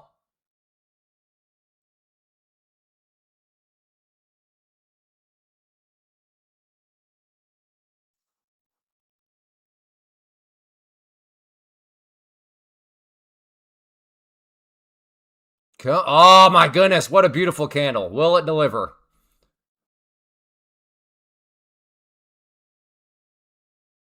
That candle almost makes me want to add some more if it comes back down.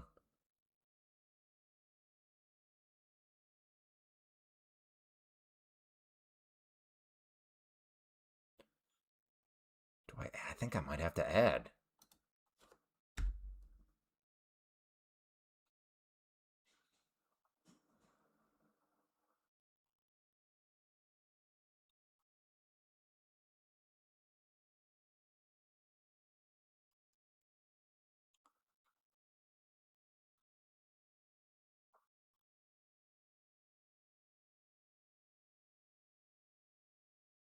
Let's see. We'll see.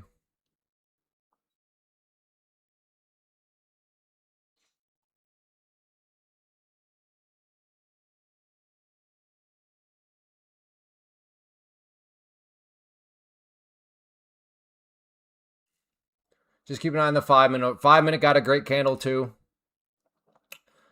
But one candle doesn't make or break a chart. Still got to deliver.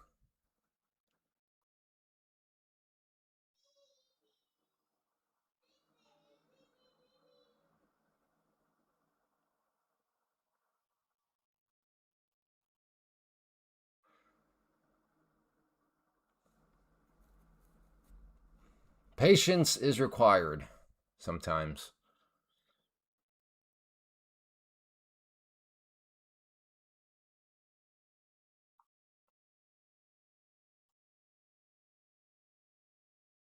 Uh-oh. Well, if I was tricked, I was tricked. I would take this same setup again. Not everything works. But yeah, not looking so good at this point.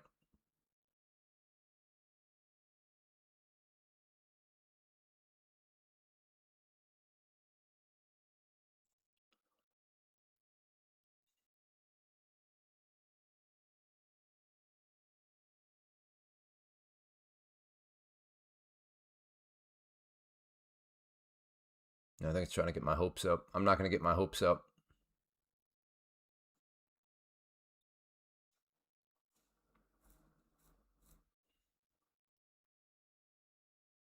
I see what you're trying to do, and I don't believe you, market. I don't believe you. I'm not zero hopes up right now. I am fully planning on this being a losing trade.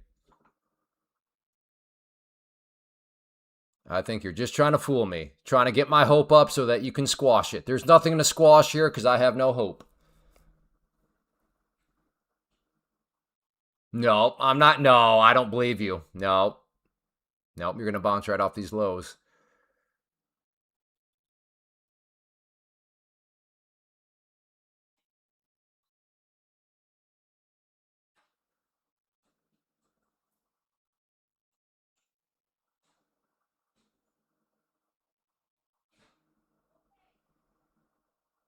No, no, I don't believe you.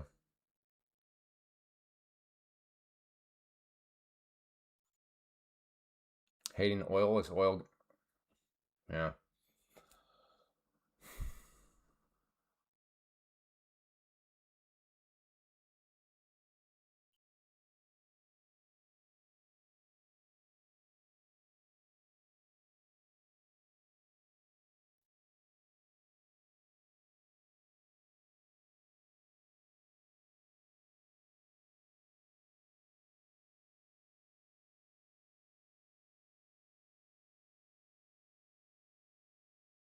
Hey, there's not. I never got my hope up, Jimmy trade. So I am full. I've mentally accepted this will be a losing trade.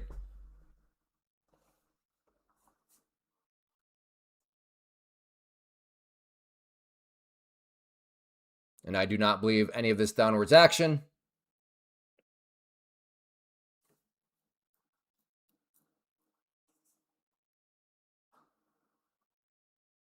Yeah, where is Cletus? I need him to show up here with this paddle.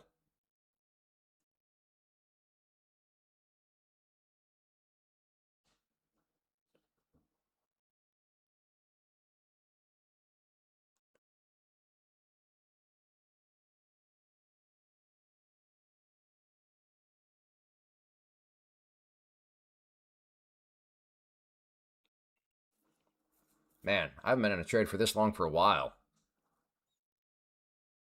Feels like a 401k investment or something. No, I don't believe you, Market. I don't believe you. I don't believe you. Okay, maybe I do believe you. Okay, thank you. Oh, wait, let me get my risk off the table. Okay, I mean, okay. Okay. Thank you. Thank you, 5 minute, for doing what odds suggested you would do, but let's see if you want to do it some more. At least my risk's off the table now. And out. All right, well. Okay. Okay. Okay.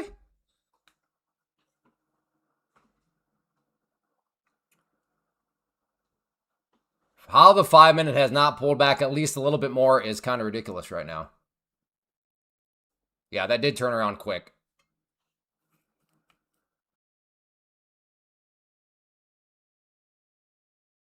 No, it was not a crazy place. Negative delta. I'll take a dump on negative delta. Oh, yeah, you sound smart.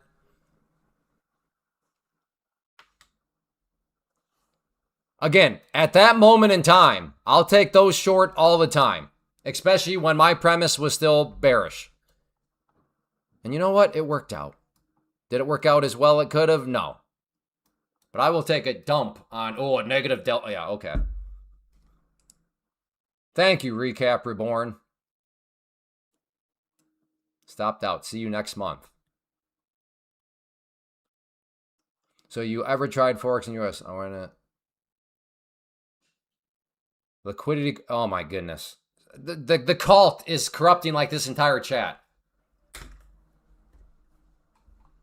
No,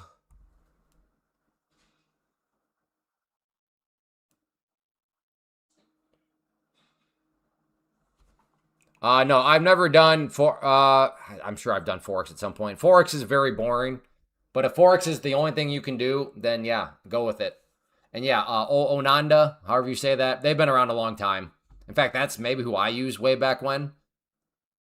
So yeah, if Forex is your only choice, and it might be if you're in Montenegro, then yeah, that Oanda, however you say it, they have been around a long time.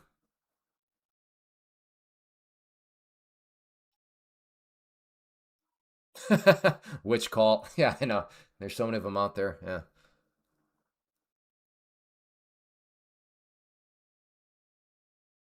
Oh yeah, like I said, I would even if that setup did not work, and I would take that again.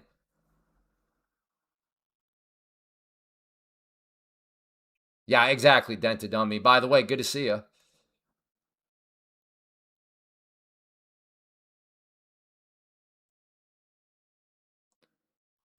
Okay, and here's the thing, Grant. That's cool.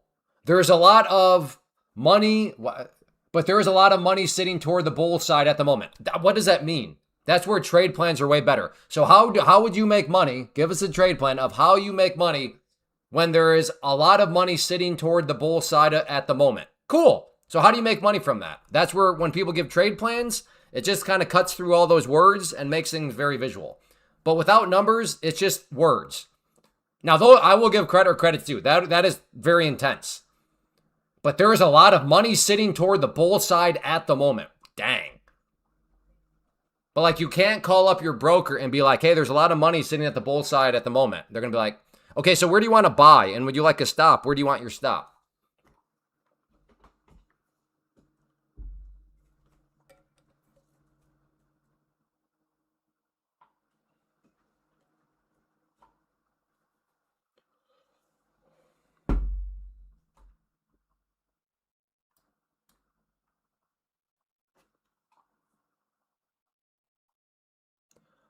We are right at the overnight low. So who knows? Maybe this does turn into, I was mentioning that earlier, one of these just slow grind back up.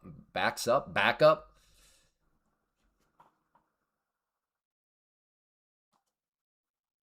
thought you said a quick 100,000 on that at first.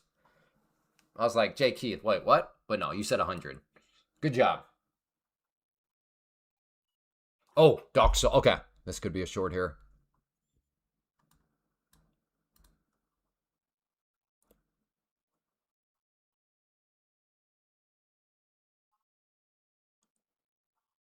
Again, that's what I mean though, Grant. So it was just empty words. You didn't actually believe in it. You didn't actually believe that there was a lot of bullish blah, blah, blah. What is my proof that you didn't actually believe all those words you said? You didn't put any money in the market. You know what I mean? I'm doing the same thing. When I'm sitting here yapping and I'm saying this and this, and if I'm not putting any money, if I'm not putting on a trade, at the heart of hearts, I'm not that convinced of what I'm saying. So I'm equally as guilty, but it just drives me up the wall when people like say all this stuff like it's, well, there's this stuff going on. Well, did you trade it? Well, no. Well, then you don't really trust the stuff that you said was going on.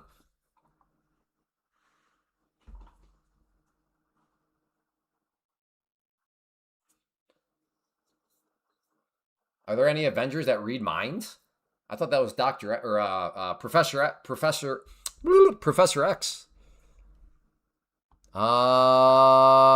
Middle. Oh, right here, maybe a middle finger, potentially.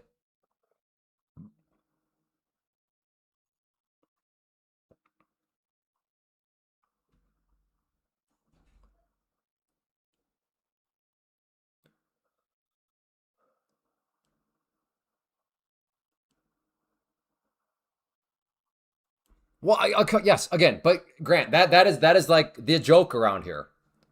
Yes, in hindsight, I could see how it has started to do whatever, right? If you look hard enough, we could look and be like, oh, I see why it bounced from that point.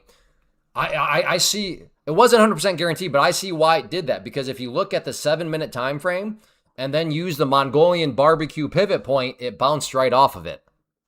No, I didn't take it, but I can see why. Do you see what I mean? Like, yes, we could all look back in hindsight and see why certain things happened. That is why it's the running joke. Everything in hindsight, if you look hard enough, can be explained. Like right now, I can explain why it got rejected there, right? Overnight low.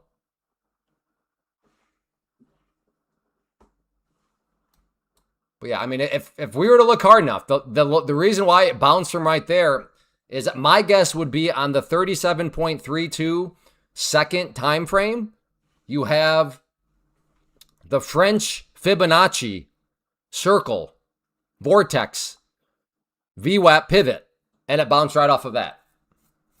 That's why.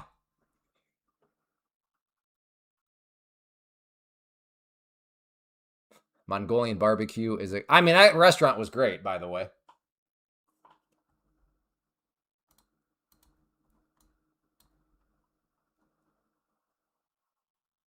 It's the only obvious one. Yeah, the Trump moving average.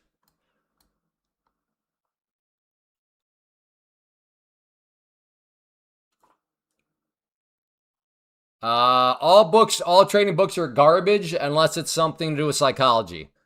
So it could be a book not even about trading, but if it's about psychology, it's good. Like a college textbook on psychology would be good for trading because trading is like 90% voices in your head.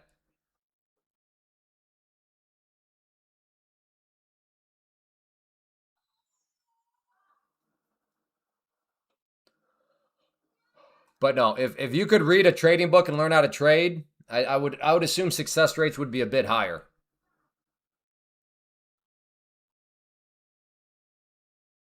Because here's what a book does. A book just looks at hindsight, finds some nice pictures, and they're like, "Oh yeah, that was a buy right there along. That was a short right there for a little scalp. Well, yeah, of course you get long right there, right? I mean, that's all a book does is look to the left, right? Looking to the left, anybody can do that. Notice what we see on the left. We see a lot of, hindsight, what's already happened. But real trading and what a book cannot do is look to the right. What do we notice about the right, everybody? There is this void of darkness, meaning we don't know what happens yet. And a book does not look to the right. A book is all based on looking to the left.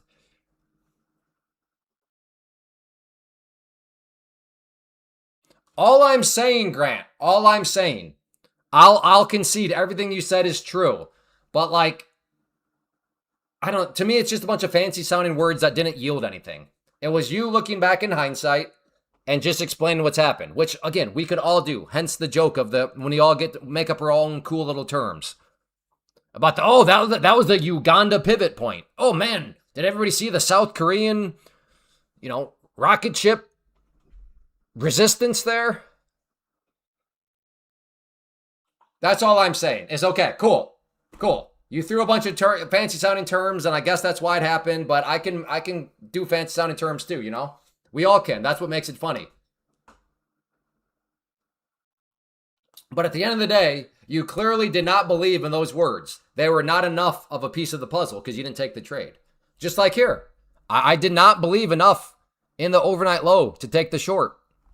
What's my proof? Well, I didn't make the trade. That is the one nice thing about the market. Like so many areas of life, you can never really tell, does this person actually believe that or not? But in trading, you can totally see if somebody actually believes it, right? If they're yapping, you're like, oh, so you took the trade? And they're like, yeah. Okay, cool. I applaud that because you at least believe in what you're yapping. But if somebody's yapping and like, oh, so you're in the trade? Well, no. Okay, well then you don't actually mean what you're saying. Yeah. Let's see. Iman overnight. There it is. Those are the settings right there.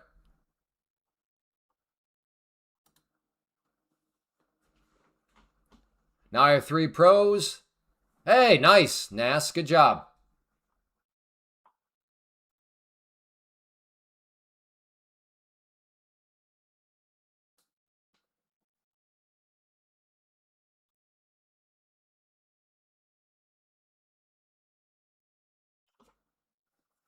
That's fine. That's fine. But per your own premise, it's the same as bull flags or patterns. Okay, I'm just going to use bull flags then.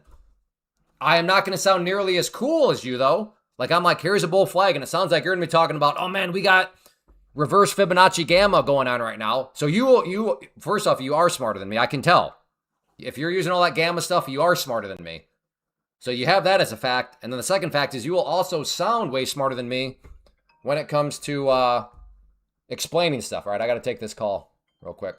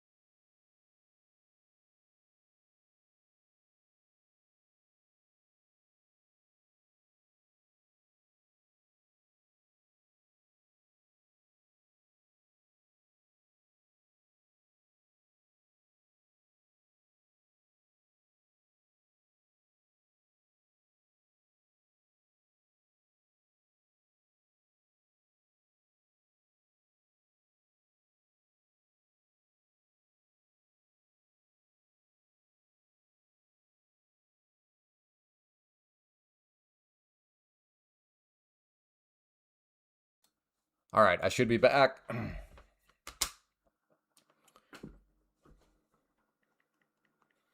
My wife needs a credit card. Of course, I know. The jokes are there. I know. To crack the joke would be to just not be very original, so don't bother with it.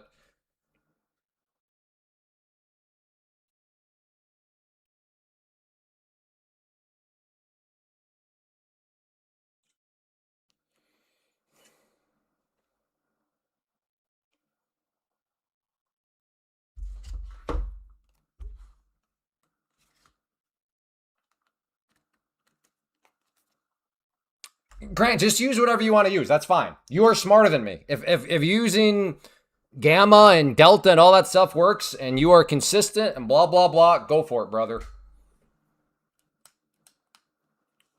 Again, for a baboon brain like myself, that is just, yeah, I'm too stupid. Well, I know. Again, the point of contention was not whether or not you were trying to hindsight me. You did hindsight. Hence the joke. We can all hindsight. So yeah, no, I agree. I agree. You were not, whether or not you were trying is not the point. You did. And that's okay. Again, Grant, I know. I recognize your name. And that is fine. That's why you're not banned. That's why you're not in timeout. That's why I don't think you're trolling right now. I am conceding. If all that stuff works for you, good job. But you hindsighted, and that's okay. We all hindsight from time to time. There's no problem there. And whether or not you were trying to hindsight is irrelevant to whether or not you hindsighted. Well, I wasn't trying to kill the person. Yeah, okay, that's fine, but you still did.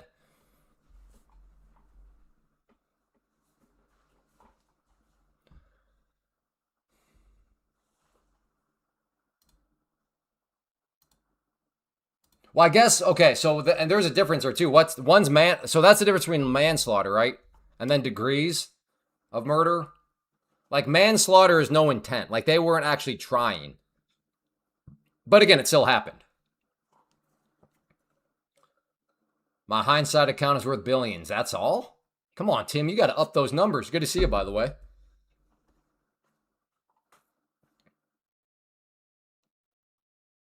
Cheers, Grant. Hey, and listen, at the end of the day, I want you guys to all succeed. Especially if you're using code Clay. Because the more you succeed, the more you will build your empire, and the more you can use code Clay. I don't want any of you running out of money. So yes, if that means you use all that stuff, then more power to you. Our interests are aligned. I want everybody here to succeed. Well, okay, assuming you use, well, I would still want you to succeed regardless, but like, assuming you're using code Clay, our incentives align that much more.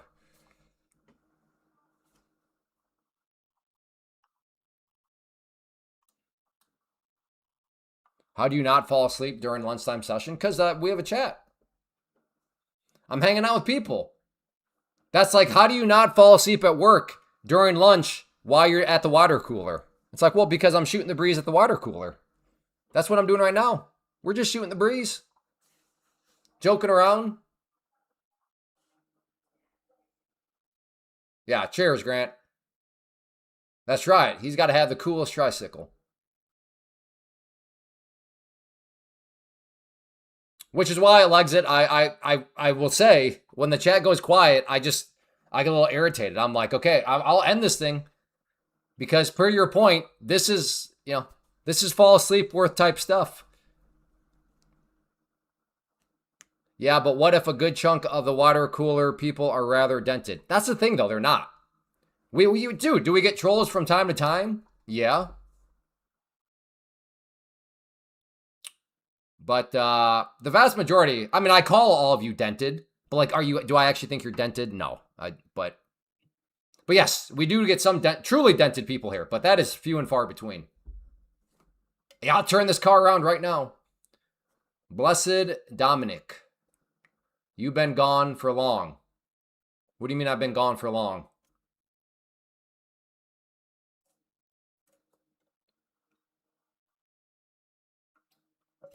Dented dummy is definitely dented.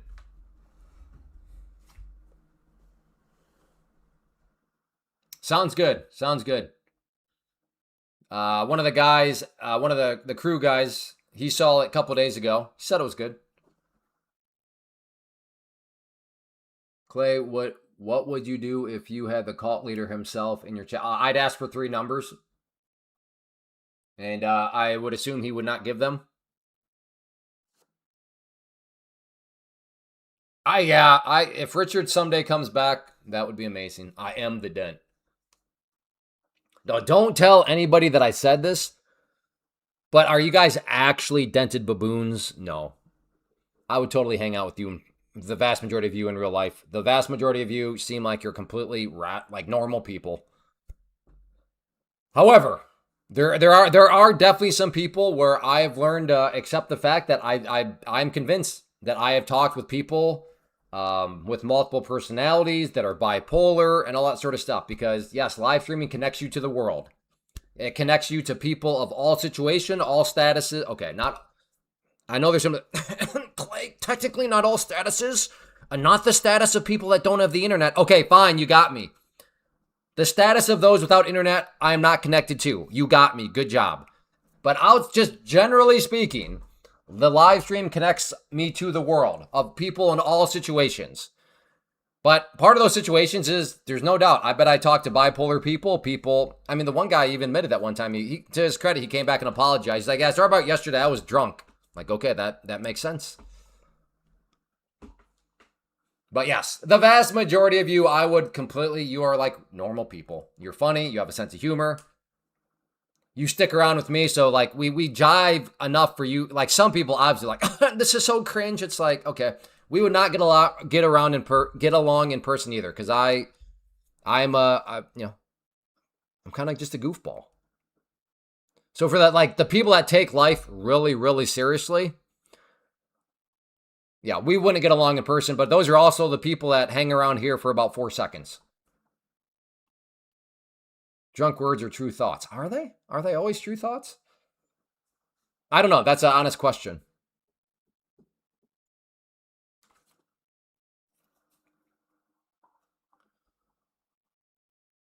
The market is moving close to my target. Cool.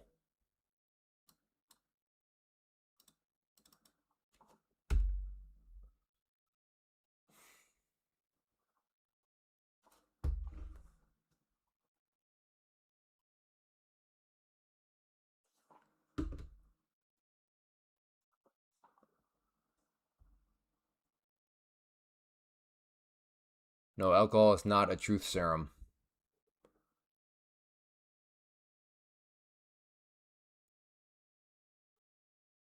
Bar folks are not my cup of tea. Who is your cup of tea? Yeah, I don't know why people say they do stuff in alcohol that they aren't aware of what they do. Yeah. That is also why I've never been drunk. I have drank, but I've never been drunk. That, to me, that's a very scary premise. To get to the point where you don't remember what was going on, that from like a risk reward standpoint, I don't understand that equation. Like that seems like a very lopsided risk relative to reward.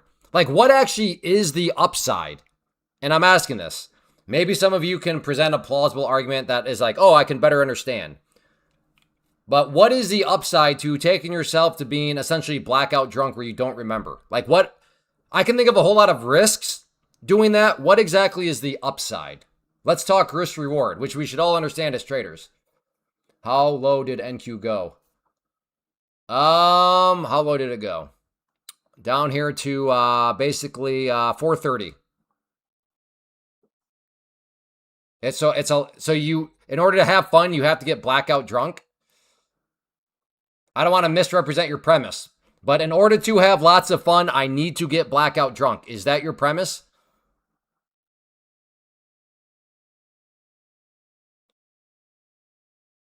So the reward is it numbs your thoughts again, but isn't that a risk? To me, it sounds like my thoughts are numbed. Is that not a risk? Because does not open you up to doing some really stupid things because, well, your thoughts are numbed? Like, isn't that a risk? How is that a reward? No, but you can have fun blackout drunk. Again, to me, that doesn't make any sense at all. I can think of a million other ways to have fun that don't require taking on the amount of risk that getting blackout drunk presents. So yeah, that doesn't help me understand the balance in the equation here.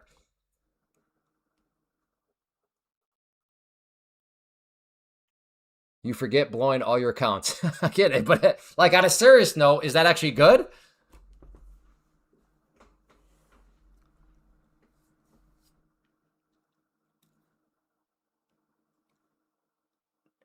Again, all these, but isn't that the risk? Putting my mind on blank. I think that's where like the dumb things happen because my mind is on blank. You know? Like that, maybe that's the point. Like what people perceive as a reward, oh, it numbs your thoughts. It's like, wait a second. Are we sure that's actually a reward? Doesn't that open you up to doing some really dumb things? Yeah, it's about shutting off your mind. Again, that's not, I asked about the rewards. How is shutting off your mind a reward? Isn't that like a huge risk?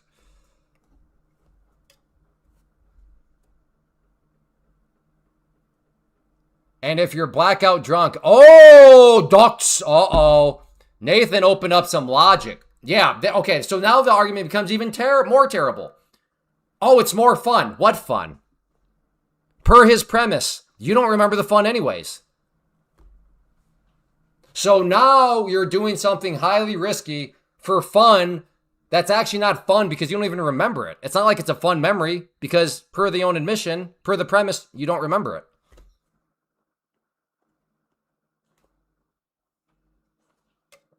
If your mind is filled with hell, shutting it off in any way is a huge benefit. Well, yeah, I'm not saying that there are zero benefits to shutting off your mind. That's not what I'm saying.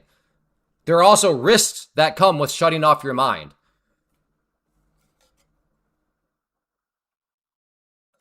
But Nathan just cooked everybody. To call this fun, how can it be fun? Don't you have to be able to remember?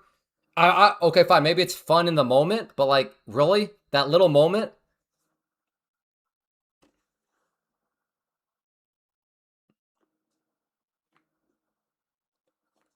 You believe you have fun in real time. Do you have fun by remembering things? Absolutely. Absolutely. How many times? Well, I don't know about you, but the amount of times where I like to sit around with my friends and we remember back to fun times and then just roll around laughing about it. Oh my goodness. Yes, you can 100%. In fact, I might argue you have more fun remembering the fun. Like we do that all the time here, right? When we remember the fun of like the Darcy effect, or we're going to remember some fun at 1:30 p.m. Eastern. We're going to remember the fun of Bowser, which actually makes it more fun than when Bowser was here.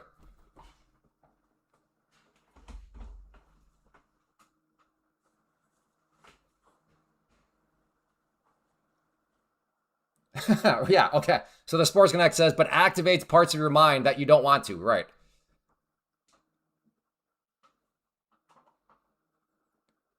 Because no good story starts with, I ate a salad. Yeah, but that's the thing, Cadsman. Per the premise, if you don't remember the fun, what are you reflecting back on?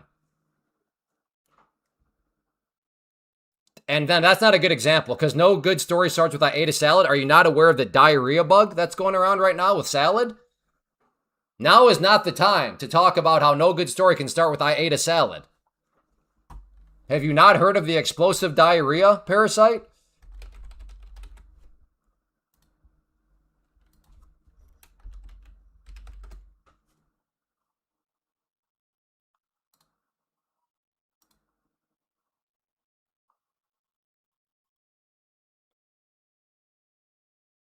Or are they finally taking out explosive? Oh no, there it is. Right here. Right here. Can we eat lettuce again? The truth about salad risk among explosive diarrhea parasite outbreak. Are you kidding me? I can think about some pretty intense stories that now start with, I ate a salad.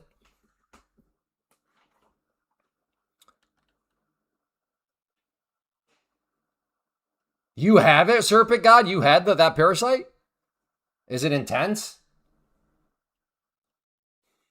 Anyways, how did we get on that topic?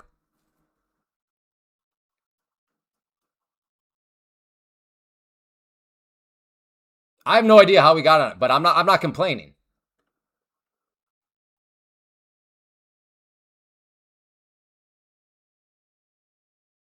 Oh, good old Barbara. Yeah, exactly. We forget most, but I mean, it's almost more fun to think back.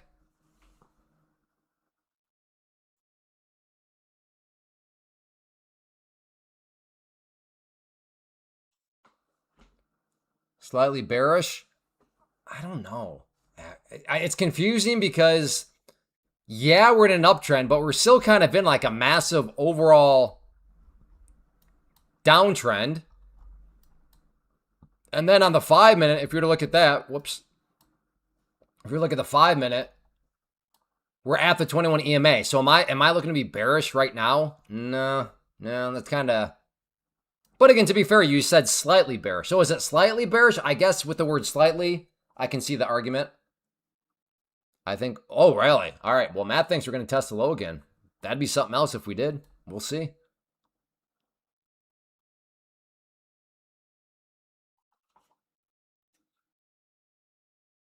It was mainly sporadic stomach ache throughout the day, followed by. It's just. What is that? Is that a zit? What did I just feel there?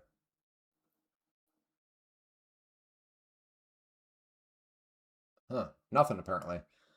it just still blows my mind. Like, why they're throwing the word explosive in front of, like, I would have thought, like, just mainstream medical, all that stuff, I would have thought diarrhea would have been just fine.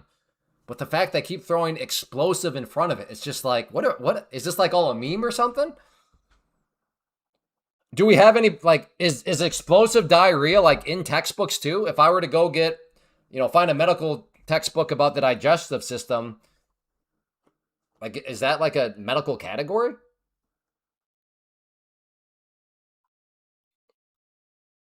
Yeah, oil does continue to grind. Oh, wow. Oil's up. Yeah. Fill up your cars, folks. Now, I want to make sure I understood your original point, Legendary. You said you have the fun in real time. Do you have fun by remembering things?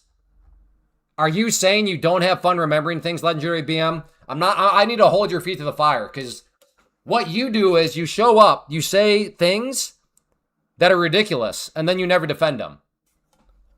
So is that what you're saying, Legendary BM? You don't think that remembering fun is fun? Is that, I don't want to misrepresent you though. Is that what you were saying?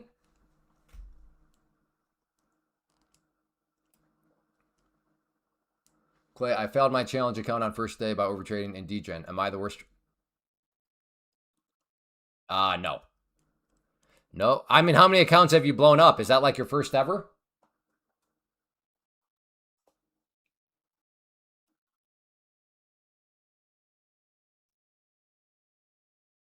First ever. Okay, well, I mean, here. Watch. Sit back and listen. So here's what it was like back before prop firms, back in the day. When I had to walk to school both ways, uphill. Okay, get out of the way. How do I get this to go away? Go away, timestamp. Okay, and you're just going to have to believe me. So right here was a real money trade that I did before the prop firms and all that stuff. It's minus 4,500 right there. Minus 4,500.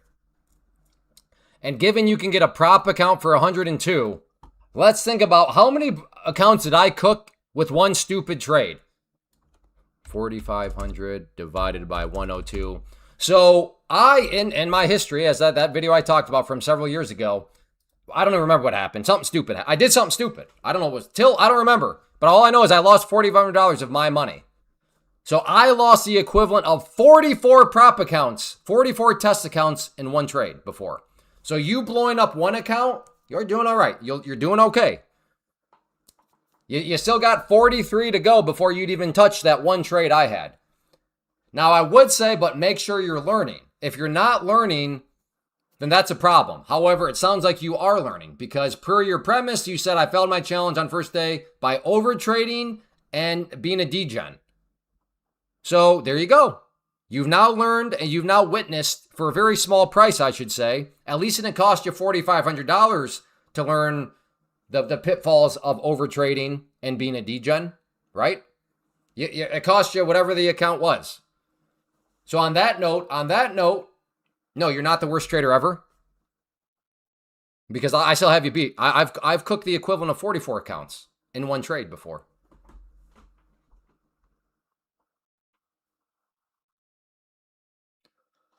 Good point. Today took me behind the shed on one account. Yeah, and again, once more, I'm not saying to laugh about cooked accounts. I'm not saying to not take it serious or anything like that. I'm just saying don't beat yourself up too much.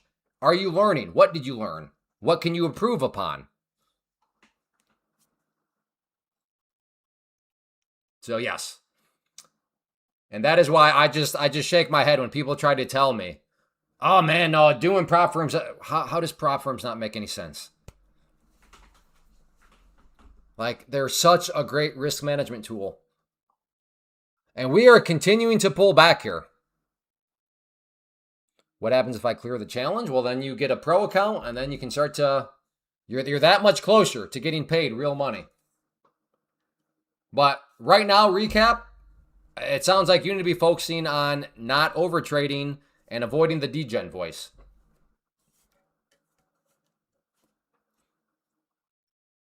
I'm the third worst trader. I'm not even in an eval. I'm all paper still.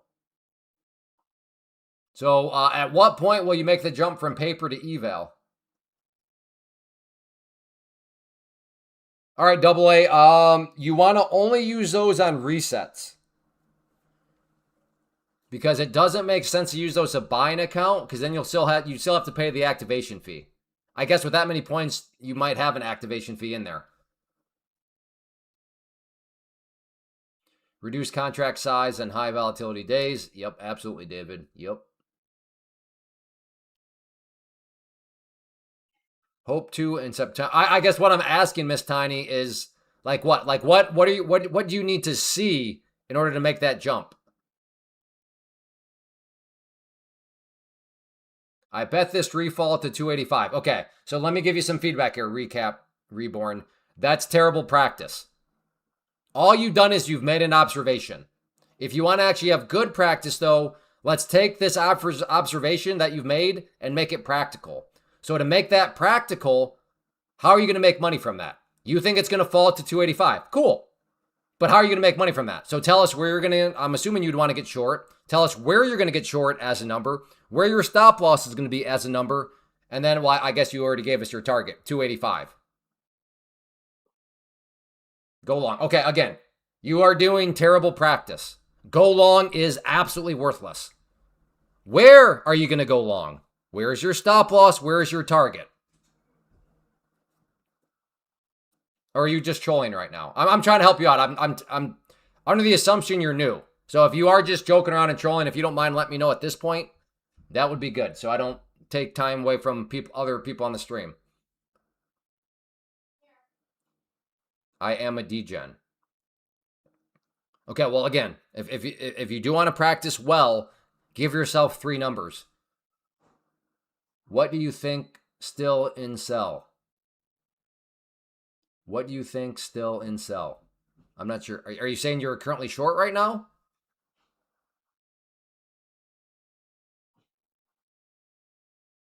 Man, right off that trend line, huh?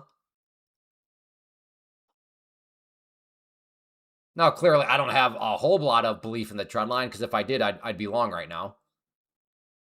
Yeah, I think this is still shorting. Cool. If that's what your strategy has you thinking, then sounds like you should stay short.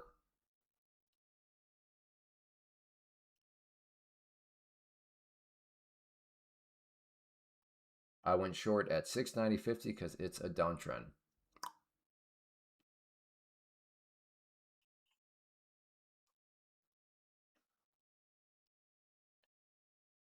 Daily NQ candles already looking ugly. Is it? Not. I don't really factor too much in the daily chart, but gonna be interested to see how this closes today. Yeah, we are kind of in a no man's land. We have Matt thinking it could revisit lows, but we're kind of like right in the middle of the range. We're like, I don't know, where does this grind continue? So yeah, we're at a pretty interesting spot. I tilt off 40. You mean if you lose $40, that'll send you on tilt? Profit taken from me. I put my plan in the chat earlier in case you didn't see it. Good job, Luxit. I know you have a track record of putting in plans. So I believe you. I believe you. Oh, is Intel after earnings? I could see Intel maybe. So yeah. Well, I don't know. Was there movement after the close yesterday? I would assume so. Somewhere right around 4 o'clock. I would assume it got spicy. That's my guess. Let's go check. Because there was Google earnings. So let's see, 4 o'clock. I don't know. Was this when Google came out? Was this maybe Google candle? All right, yeah. Honestly, I would have thought I would have seen a little bit more movement for Google than this. So yeah, maybe not. Maybe Intel won't produce that much. Yeah, okay. Yeah, I would have thought. I mean, there looked like there was some movement in there, but honestly, I would have thought it would have been more. This is not a stock. We are trading futures. So the Wealth Loop, welcome. Are you what kind of trader are you? Are you a swing trader, day trader, investor? How do you classify yourself? I'm assuming you're into stocks, but in what sense? Investing, swing trading, or day trading?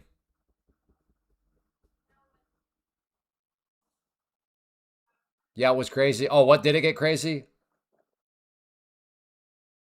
I meme coin. Okay, no, I understand you're a meme coin and stock trader, but I'm asking like in what sense?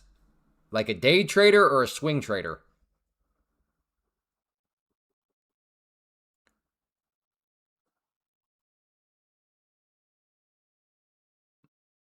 Oh, swing. So you like to hold things overnight? Is the reason why you're not a day trader because you don't like think you have enough capital or something? I just need to follow my plan and continue to learn. There you go. Yeah, chasing.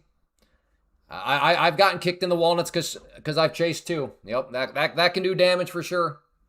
They were not huge candles, but they were volatile candles for earnings yesterday. Yeah, I guess what I was saying, George, is I would have thought those. When I look back, I thought I was going to be seeing bigger candles. Yeah. Okay. Well, if you want to do day trading for very low amounts of money, day trading futures in a prop firm is possible. And I will tell you right now, futures make meme coins and make stocks look like paint drying. Futures are no joke, which is also why doing them through a prop firm is important because futures are no joke can also add up against you very quickly. Yeah, if you want to day trade, and you know what I'm doing here with the prop firm and what many of us are doing, is you could get started day trading for 90 bucks. Because with 90 bucks, that buys you 25K of purchasing power. But yeah, in the category of day trading, we're in the golden age of trading right now, day trader wise. Day trading futures through a prop firm, truly, mathematically provable, a great, great thing. There you go. Well, Mr. So Pro, sounds like you're making progress in the learning department. Prop firm, yeah, prop for it's just the math is the math.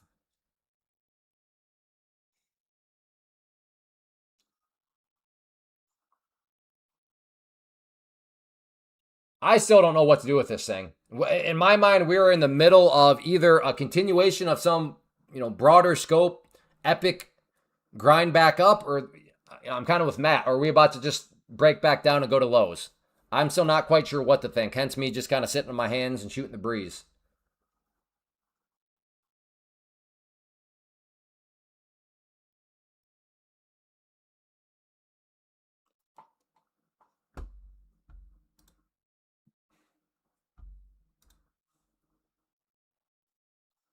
I saw a Head and Shoulders. Yeah, Wealth Loop. That's a nice thing about futures is it's just charts. So if you already use charts when you're doing your meme coins and your stocks, guess what? You can just use charts on futures because futures are also just charts. On the 15 minutes, still looks like it's going down. All right, well, Alexander, I'm sorry. Sounds like you should be staying short then.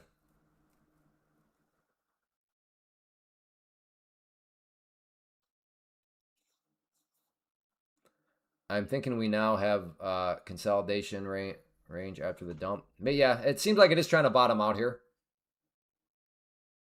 All right, have a good one, Jocko. Take care, buddy.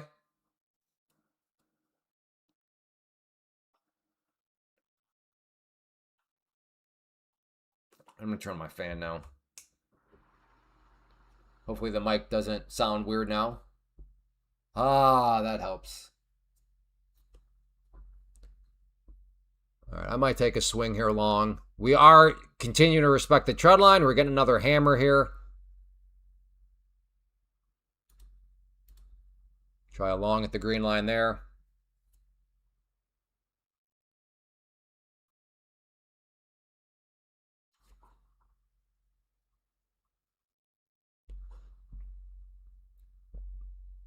If that green line turns blue, I am long. I just went long on gold after the long side. Nice job, Dan. I jumped into Clay. No, that's okay. No, you didn't. You definitely did not jump in.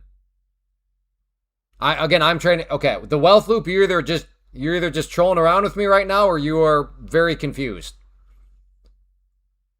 I assure you, you did not just jump in because you didn't even know you're not trading futures. So again, I am trading futures here, specifically MNQ futures.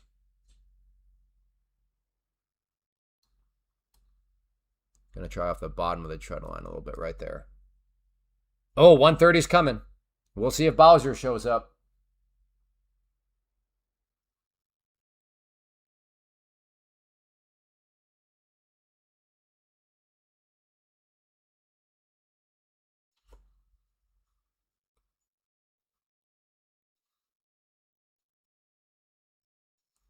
Hey, KRT. Make sure you tell Blossom hello. All right, I'm in. All right, let's see another bounce off this tread line. It's done it basically 1, 2, 3, 4, 5 times before. Let's get another bounce. Okay. There's no way my timing's that bad, and I'm the guy that buys the one time it goes through. I think this is a fake.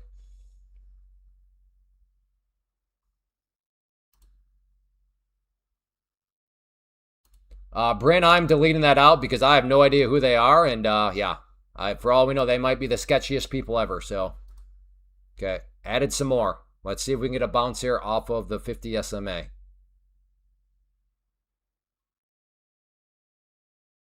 Like, is my timing that? Am I that guy?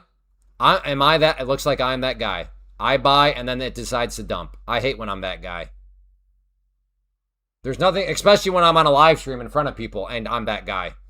It's at least a little easier if you're alone. But man, it sure is rough when I got a bunch of people watching and I am that guy.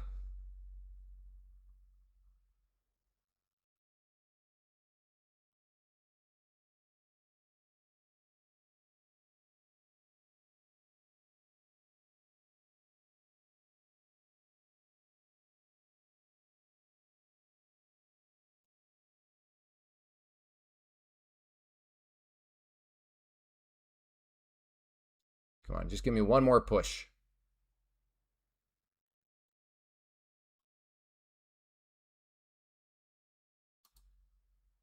Oh, I was not fast enough.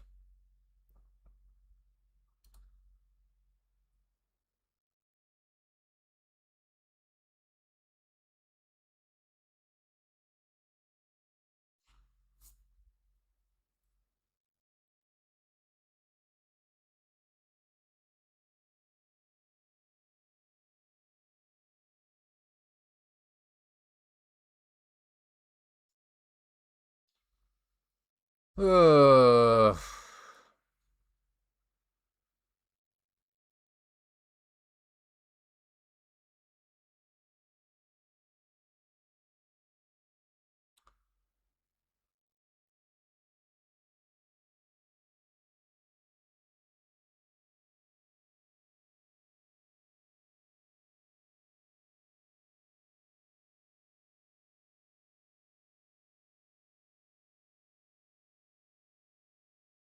Come on.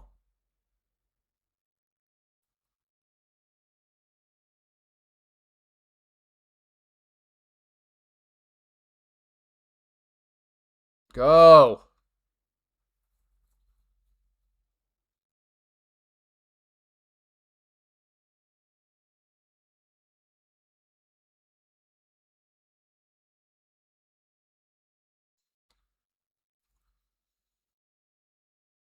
Oh, that's brutal. That is brutal.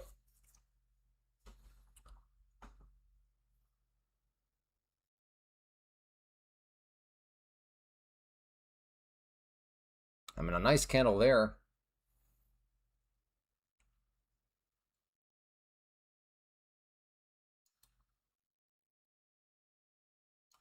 All right, I'll take that.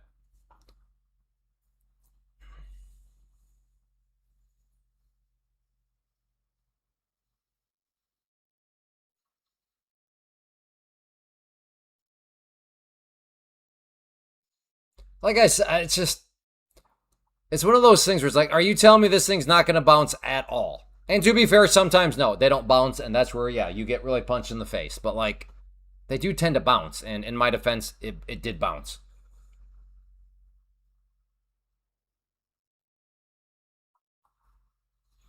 Clay, do you ever look at the 15-minute opening? No.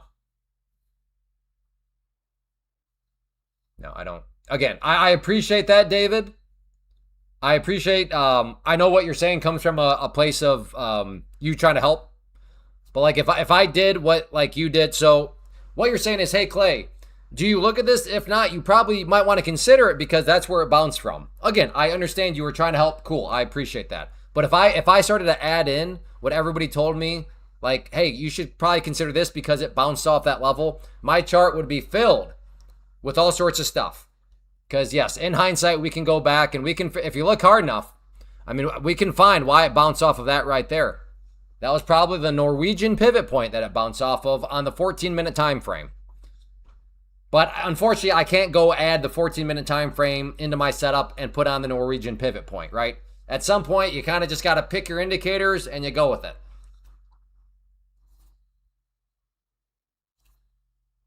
Hey, Lauren.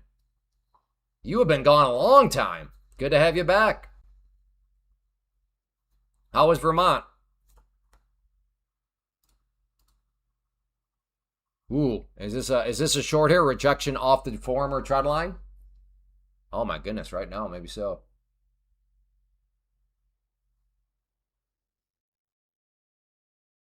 You called it. What did you call?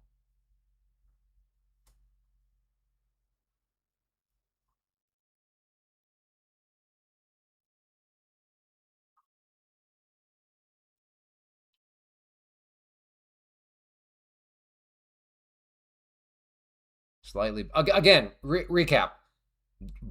This will be the last time I try to help you out. And if you keep continuing doing it, I just got to assume you're a troll. Because I'm taking time because I'm trusting that you are a beginner.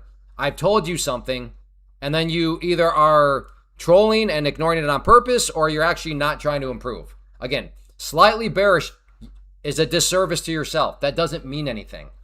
Because in the real world of trading, you've got to figure out how am I going to make money from this slightly bearish situation? So you say, I called it. No. You didn't call anything. In the real world of trading, you didn't do anything, right? That's why I'm trying to tell you. Observations are cool, but you've got to give yourself numbers, because giving yourself those 3 numbers is how you can figure out, well, was I good enough to take advantage of this observation? But yeah, you saying called it, like I said, you're either trying to rage bait right now, or you're actually not listening and you're not actually being serious. I am more than willing to help people. I'm willing to point people in the right direction. But at the same time, I have to conclude, if people continue to behave like you, either you're just rage baiting, so then therefore you're out of here, or you're actually just not that serious. Also, out of here.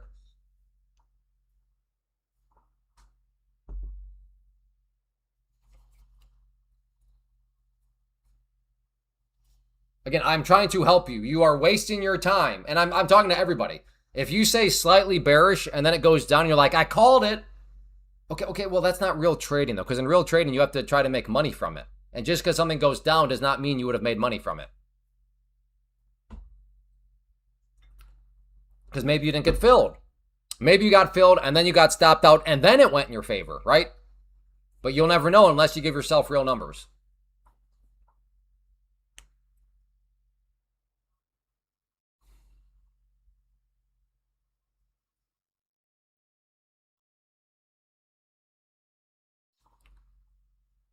Why is this line here? Oh, okay, was the high over here? Yeah, I don't know if I really need to keep that in there anymore.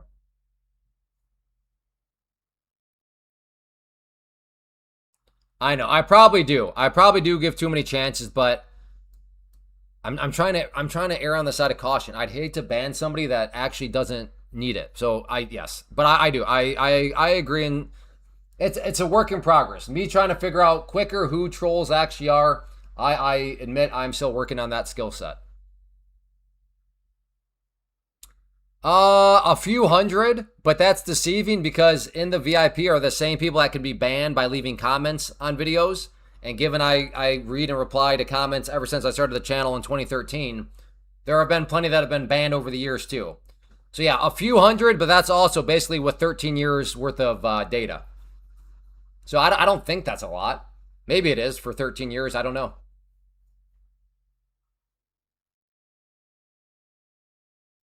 I did that like a year ago. What, you're just yapping?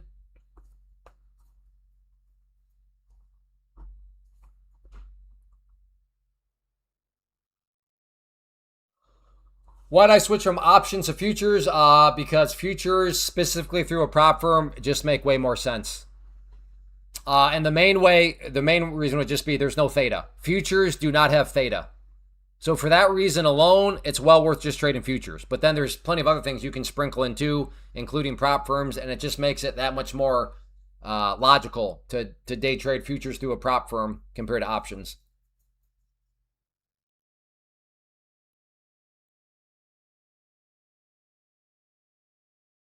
Okay, that's all fine. All I'm saying is, moving forward, give us the 3 numbers of the trade plan. That's it.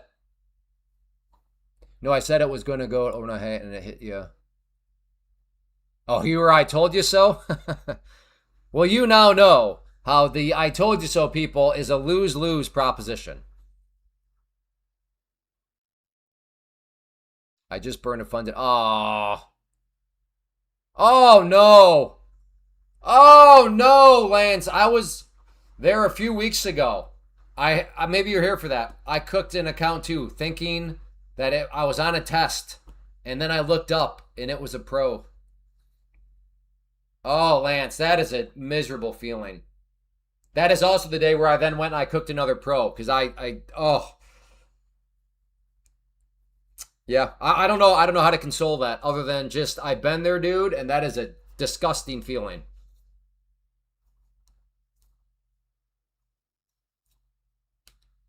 All I can really say is maybe just shut it down so you don't go on a account tilt.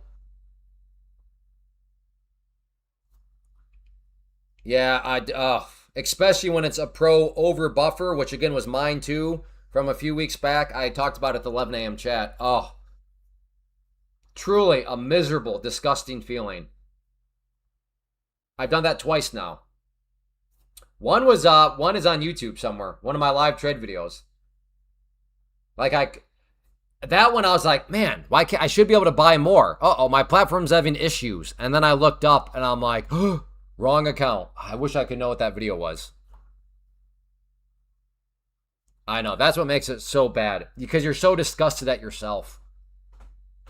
Because let's face it, sometimes the market is the market, and it's like the market's going to do its own thing, and you have no control over what the market's going to do. But you do have control over what you're going to do. And when you forget to check what account you're on, oh, so disgusting. Well, Lance, let's look at the bright side. You have the ability to not only pass accounts, but also get them to buffer. So look at the bright side. Some people would love to have your problem. They would beg, oh my goodness, I would love to be Lance right now. Because at least Lance is able to not only pass tests, but also get to buffer. Man, I would love to be Lance right now. So just remember that, Lance, there are some people that are jealous of you. Because at least you were in a passed account and one at buffer. I don't know if that helps you out. But there you go. Remember that, Lance. There are people out there that are jealous of you. No strategy. Then the nice thing, Eber, is futures are still just charts. So a chart is a chart, whether you're trading crypto, futures, bonds, options. A chart is a chart.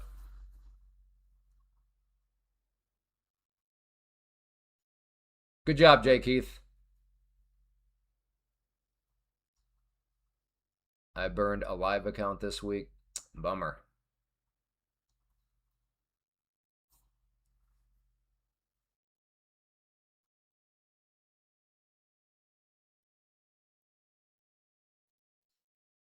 Again, Batsy, you need to chill out. The trailing drawdown is way overrated. The only people that bitch and moan about the trailing drawdown are people that refuse to take base hits. Refuse. If you take base hits, it's no big deal. It's no big deal. In fact, I argue the trailing drawdown is actually a good thing in the sense it helps open people's eyes to the power of base hits. Now, I'm not going to say the only way to beat it is with base hits. You can still swing big, and you can still technically beat it. It is more tricky that way, though, which is why those people don't like it. But if you just take base hits, it's fine. But what I've also discovered is a lot of people, and I'm not calling them stupid for not realizing this, because it's counterintuitive to think that base hits can add up so nicely, but they actually do. But given the trailing drawdown forces you to take base hits, what I've seen is a lot of people are like, dang, that's all I do now are base hits. I never realized how quick base hits add up. Again, Batsy, Batsy, you're going to drive me insane. You are new to the prop firm space. Just go with Take Profit Trader because of their clean set of rules. That's it. You were so starting to overthink this. You're driving me insane. You have the way to go. Just go there. Just go there. I love people like you in like 95% of other areas of life. You're a planner. You're trying to think 87 steps ahead. I love it. I love it in so many areas of life. Right now, just stop. Just stop. Stop asking. What the best thing for you is for this money to show up. I don't know why you keep pushing things back, but I'm telling you right now, the best thing for you is for you to just get started. Because like you keep waiting and then you keep asking more and more. You're just stop. Just stop. He's driving me batsy.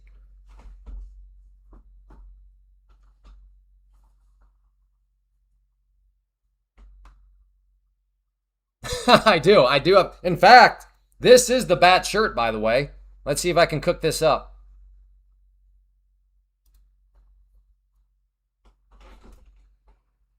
No.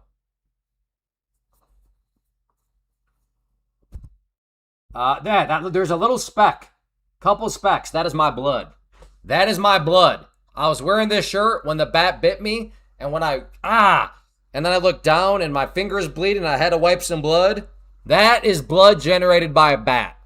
My wife's embarrassed. She's like, "Oh, if I'd have known, why didn't you tell me? I would have needed to wash that differently." I said, "I want my blood on that shirt." But this is the bat shirt.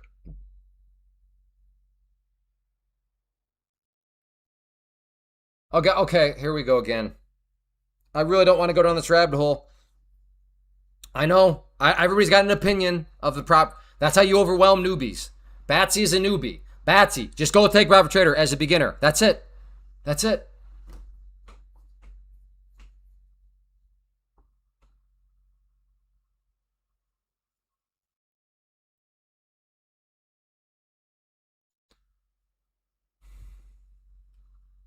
And before people ask the rest of the story, thankfully, when I did it, I chucked it against the wall. It got stunned, so we were able to capture it. And because of that, we were able to send it off to the lab, have it tested. No rabies. So no, I did not go get rabies shots or anything like that.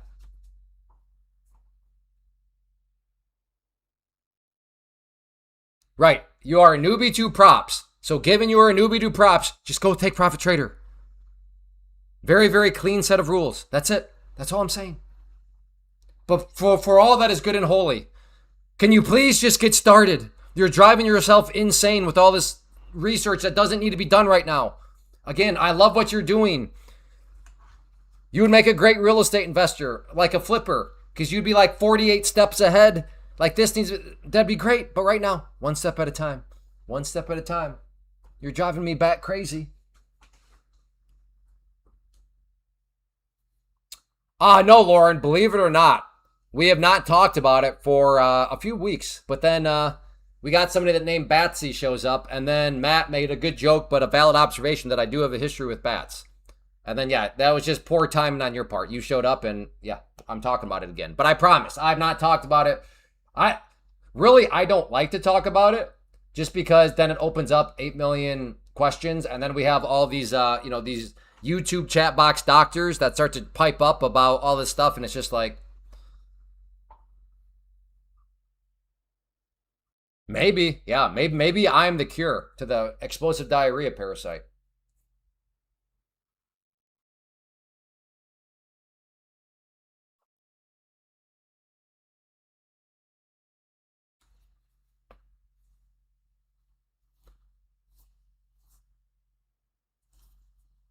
Wedge treadline break. On what time frame? On what time frame is there a wedge treadline break? Another beautiful day here in Iowa, 70 some degrees, so it's going to be a great day to work on that roof.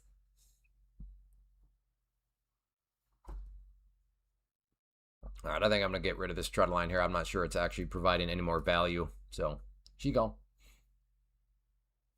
Oh, newbie, you came back. I wasn't sure. I thought that was maybe one too many timeouts for you, and you finally had it. But here you go. You're back.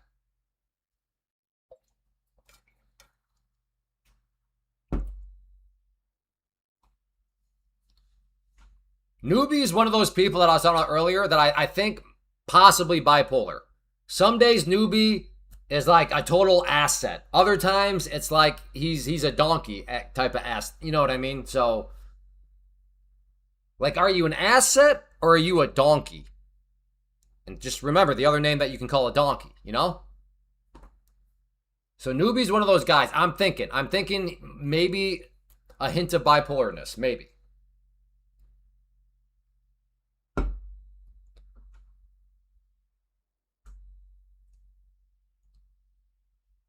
So here's I don't think there's an answer, but how would you answer this? Somebody tells you they're a chronic liar. Are they a chronic liar?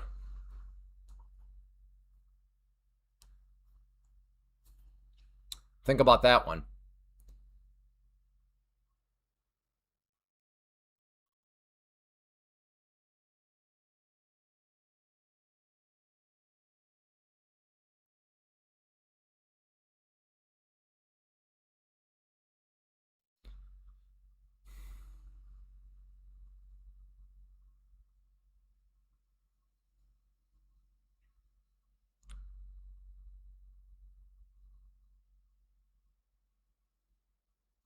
I guess it's really what is the definition of a chronic liar? Let's what is chronic liar? Habitual dishonesty. Do they lie all the time? Tell lies is an automatic default coping mechanism. Yeah. Jimmy, not sure either way. Code class, and you even said it all caps. Thank you, Jimmy. I'm very bipolar, and it shows up. Now, I don't mean like bipolar is a joke, but there are people on this live stream that I am convinced I've come across over the past 18 months of doing this that are bipolar. No, they lie. But if they lied about being a chronic liar, then they're not a chronic liar. But they lied. So wouldn't that, yeah, you know what I mean? It's a fun one. It's a fun one to think through.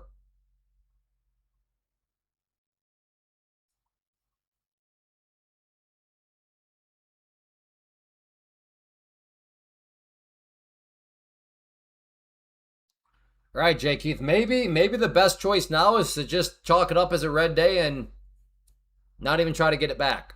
I guess I'm assuming you're trying to get it back. Maybe you're not.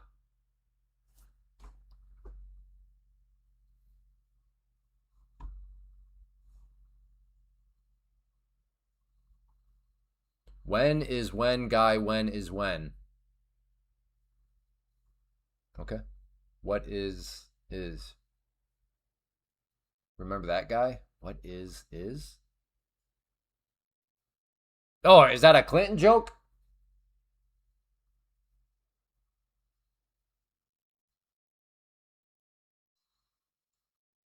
Is that who said that? I can't remember now. Strong take. Light them on fire and ask if they're hot. Dang, that's crazy.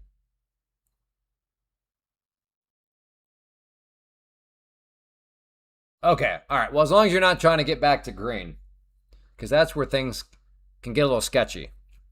Because then you get within like $30 of being green, and you're like, okay, one more, and then you end up like forcing a trade, and then you cook it all, and it's just like you would have been way better just ending $30 green, or I'm sorry, $30 red, and then coming back fresh the next day. Okay, I thought so.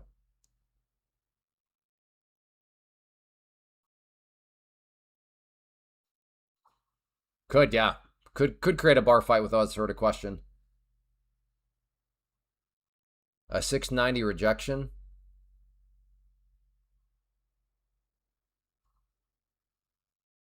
I'm thinking maybe a 690 rejection for sure. Are you maybe he's delayed. I guess we all have our definitions of a long way away, but I mean 690 is just right here. That doesn't seem like a long ways away. But again, to be fair, maybe you have a different definition of a long ways away, but that seems within range. Oh, crap. Bowser! Bowser, are you here? 130 manipulation coming. Thank you for the reminder. Are you here, Bowser? We need to know which direction, though, the manipulation. We never know that. We always have the problem.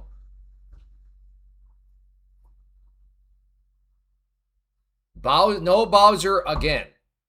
What is today? Thursday? 4 days now. He's hid.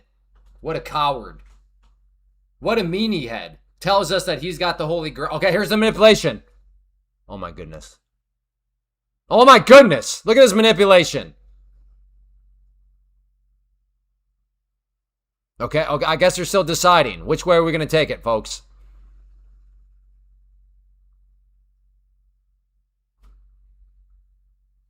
Oh my goodness. This is crazy manipulation.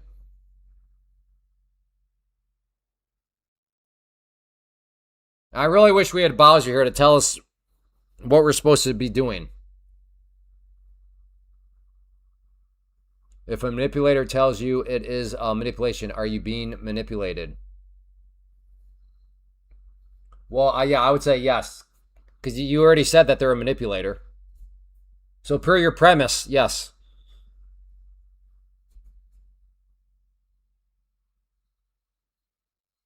Like, that's why the question, you can't say, if a chronic liar tells you they're a chronic liar, are they? It's like, well, yeah, you just told us they're a chronic liar, so yes, they are. Okay, Bowser, where are you? All I know is it's the most intense manipulation I've ever seen. I mean, this is crazy.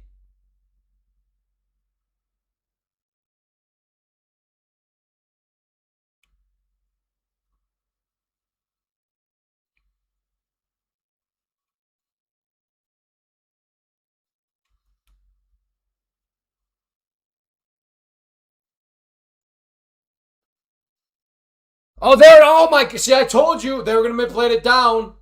I mean, granted, I'm saying that in hindsight when I see a bigger red candle, but I told you. There it is. Told you. There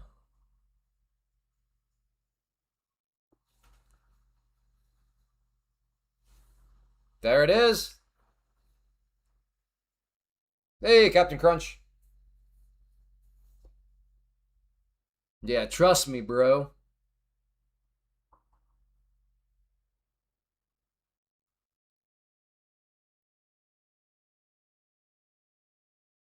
What's also weird is like the manipulate, like,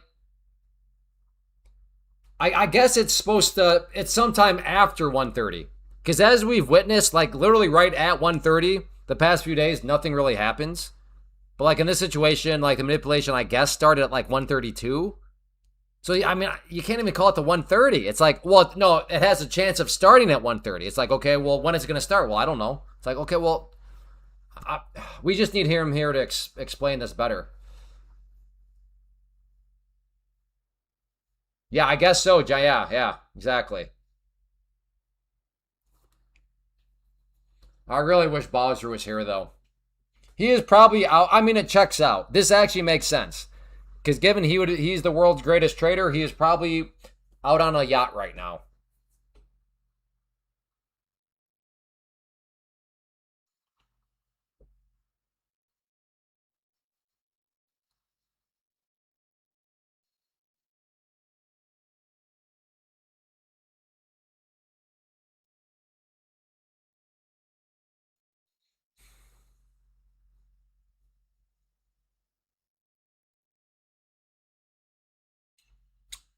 Yeah, oil is just kind of trending away. I'm looking over at it. Yeah, it's a very slow mover though. Nothing that I'm really interested in trading. Yeah, he's probably on a roofing job, which is still weird to be that good of a trader, yet you're still doing roofing. I mean, nothing against roofers, but it does beat up your body. So to think that this guy is one of the one of, if not the best trader ever, and then yet he's still going and beating up his body like that, it was still kind of weird. I don't know.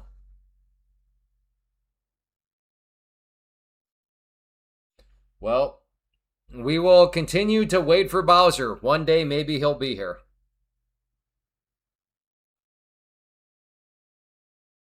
That's true. He could secretly be one of the guys doing the roof right now. Could be.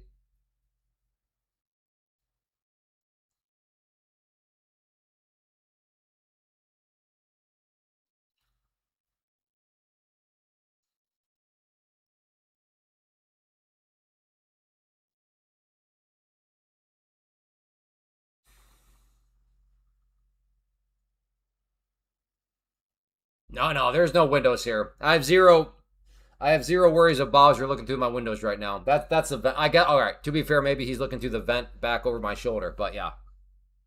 Steel roof. Steel roof. We're going for the old farmhouse look. My wife wants the not modern. We'll be quick to my wife and I will be quick. No, we're not going for the modern farmhouse look. We want the old farmhouse look.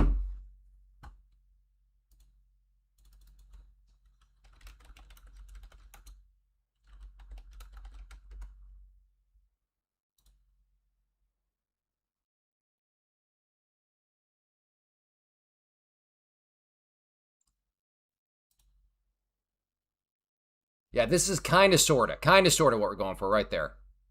Just the wraparound porch. Again, kind of sorta, not a but just the general, and I think that's a metal roof too.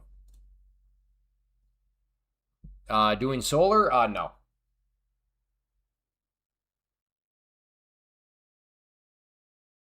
Wait, do you have a 111-year-old farmhouse? If so, my wife might be interested. She in her preferable world, we found an old farmhouse and then had it moved. Yeah, ours is not going to be blue, but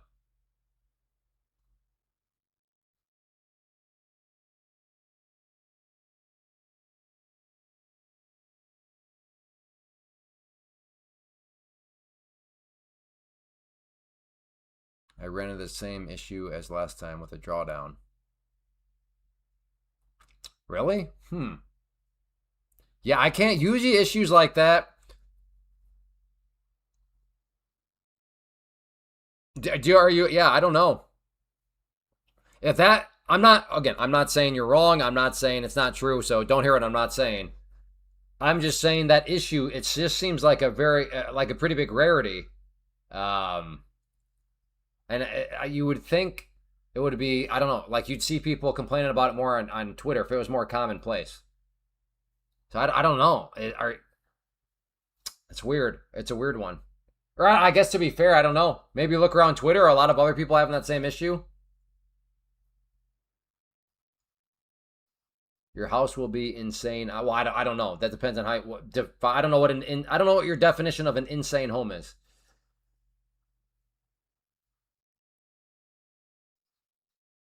I mean, yeah. Listen, I don't really care. I mean, I care about the house, but I care about the land. So yeah, I just want to play outside.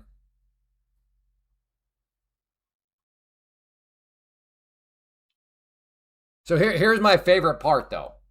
Is like my property taxes, my home insurance, even if I choose to never work again, are paid for. Because the farmer is paying that stuff. He takes some land, I rent it to him. Because usually that's always that's the rough part, right? You never actually own your home, right? Because there's always going to be home insurance and then property taxes. But in this situation, no, I could quite literally just not do anything and it'll still be paid for. So I like that. That's always been a goal of mine. It's like, how can I truly own like a home? Clay cribs. There was an ad in my home country where guys sell empanadas. Empanada. Isn't that like a Mexican meal? All right, we are down at these lows. I should say we're getting close. So maybe along here.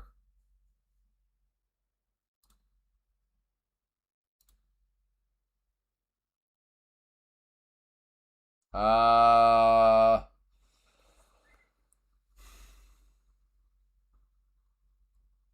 I got your picture.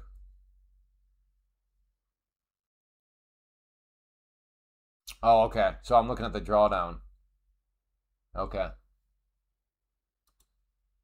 Yeah. That documentation. Good call here. Good call.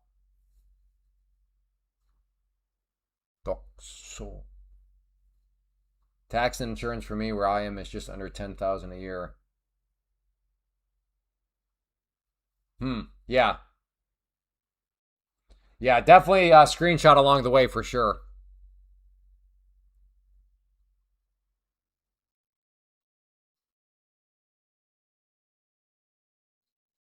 Well, I'm yeah. I mean, the thing with like I still love real estate because real estate still does appreciate, and there's always give and takes, right? I understand the argument. Like, well, I like rentals though because if my toilet clogs up, I don't have to pay, or if the hot water heater goes out, I don't have to pay for that. That's the landlord, and that's fair. That's fair. But like anything, right? There are no solutions. There's only trade offs. I'd rather be still building equity. But if I can build equity while at the same time having the land produce some income, I like that. All right, here we go. Maybe. I am trying to get long. Did I miss it? I am long.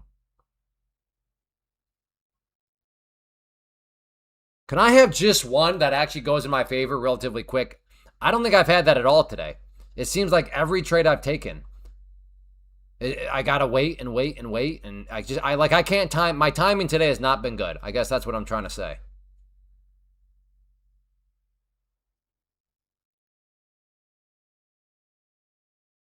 But for once, can I just get one where I get filled and it actually kind of goes in my favor? I have not have any that in my favor, right? Yeah.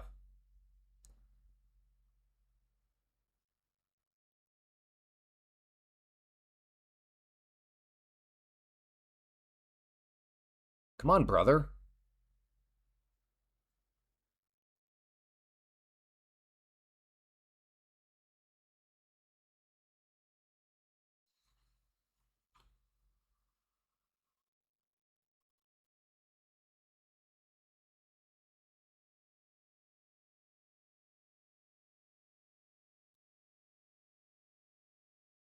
I would love to see this turn into a green hammer.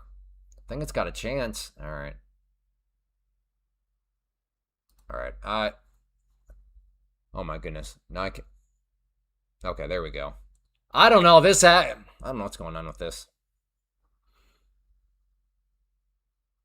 Has anybody had one today where you've timed it beautifully? Might go back to four. I mean, could go back to 400, but yeah, I'm not really thinking that far ahead. Are you planning to lease part of your land for? Oh no, it's already leased. Yeah, no, it came with a tenant in place and it's got CRP on it. So for all you American taxpayers, thank you. You're paying me to use some of my land to save like butterflies and pheasants and quail and stuff like that. So thank you all you American taxpayers out there. I appreciate it. We're saving butterflies together and quail.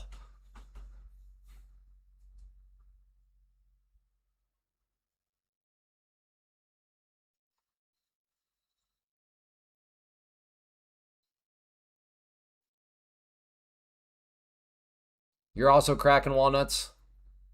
One very early on, but not. Okay, yeah, I don't know. It's kind of weird. Is it? I'd like to try it sometime.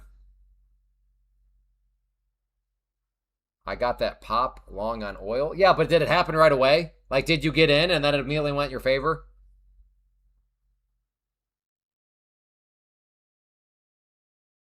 Okay, Connor, so you got in and then it went in your favor very quickly? Okay, that's the question I'm asking. Like, I don't think I've had any losing. Maybe. I don't know if I've had any losing trades this webinar or live stream, but I can't think of one where I actually got in and then didn't have to wait. So that's more so the question. Has anybody had one where you get in and then it like immediately goes in your favor? Yeah, so Mark, sounds like we're going through the same thing.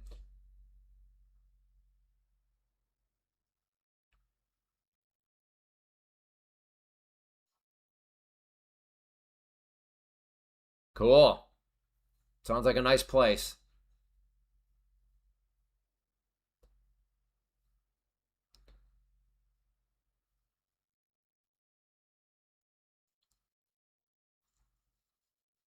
Yeah, Lance, it'll definitely make you sweat it can make you sweat some bullets.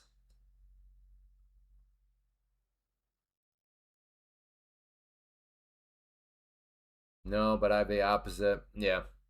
Yeah, it's not like there's anything wrong. Like I my position is very unrealistic. Like, oh Clay, so you expect every time you get in for the price immediately go in your favor? No. But usually I have at least a couple that do. But today it doesn't seem like I've had a single one.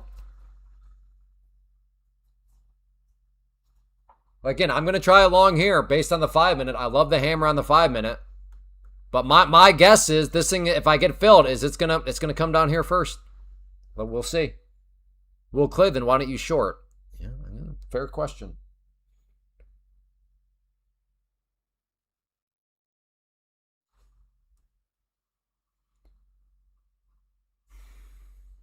Or it just won't come down and fill me at all, I guess. Stop going up, oil. Well, everybody get ready for gas prices and everything else to keep on chugging along.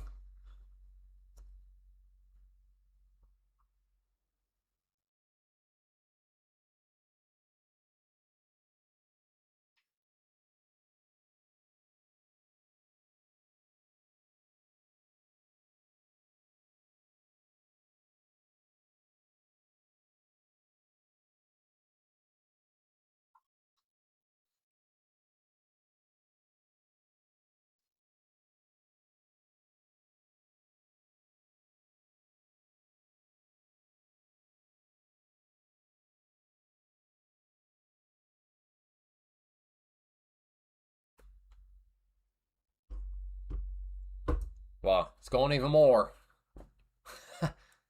Oh, that'd be a good website. I can start streaming from there on those days where it's like, go ahead and fade me. Today's not been one of those days, to be fair. Like I said, I don't even know if I've had a losing trade. But every single trade, man, I've had to wait and wait and wait. I think that one I was in for like a whopping 8 minutes. It felt like forever. I know there's sway traders here that are like 8 minutes. My average hold time's 8 hours. And I salute you, but we are not the same.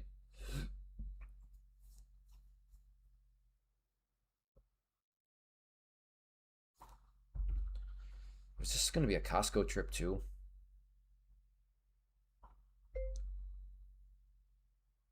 Are you stopping at Costco? Question mark. What time did you think you would be home? Question mark.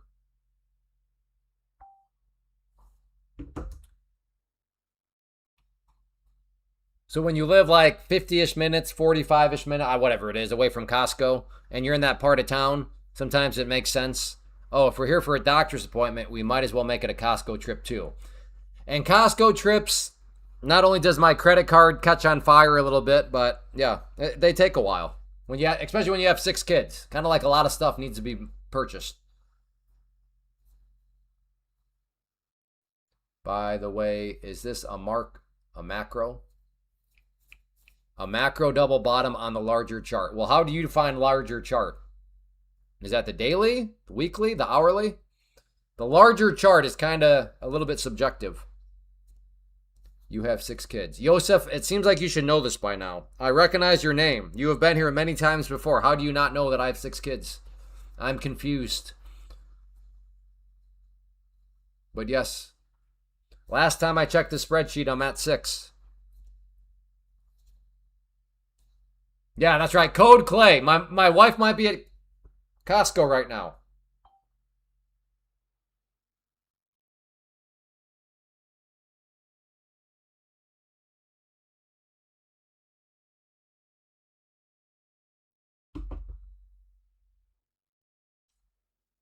Well, I know. I mean, I realize you don't always watch it. I'm just saying I've recognized your name enough where that's kind of caught me off guard that you didn't realize that.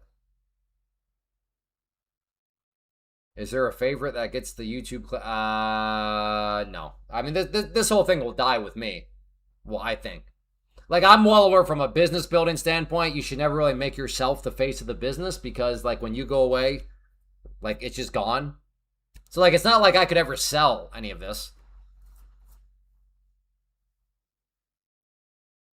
So, no, I mean, I guess I could give it to somebody, but, like, is there going to be any value in it? No.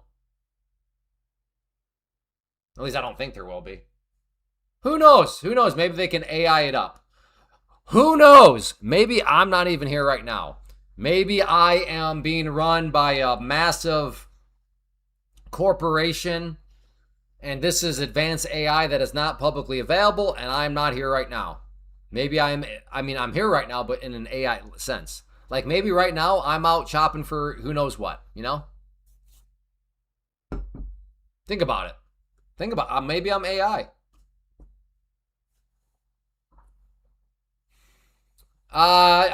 Maybe, but they're interested. They want to be something new every day. So, but none of them will be doing trading until they have other streams of income first. So,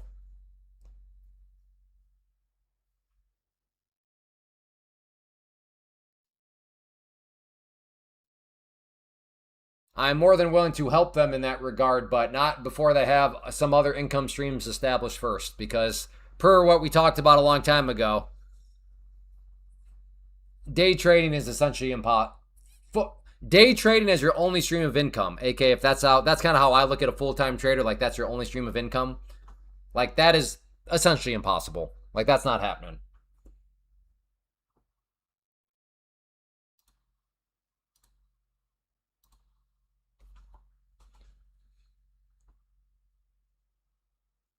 Yeah.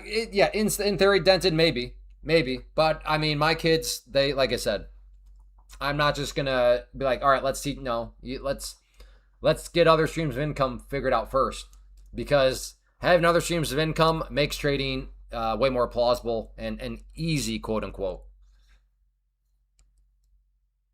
No. Doctor's visit is for one of just for one of my daughters.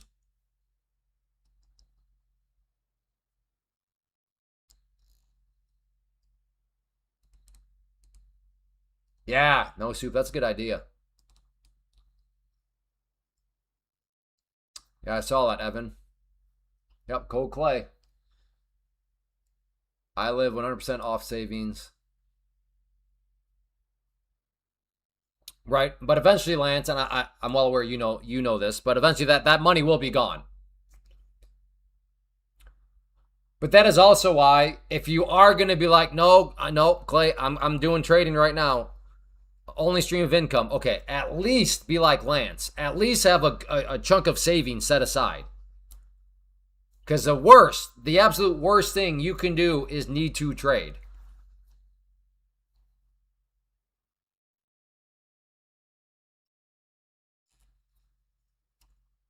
I got a new income. I'm a school bus driver. Are you serious? That's sweet. What are the hours on that? Assuming you're being serious, dude, that's a sweet stream of income. A school bus driver? So that's got to be what, like an hour in the morning and an hour in the afternoon?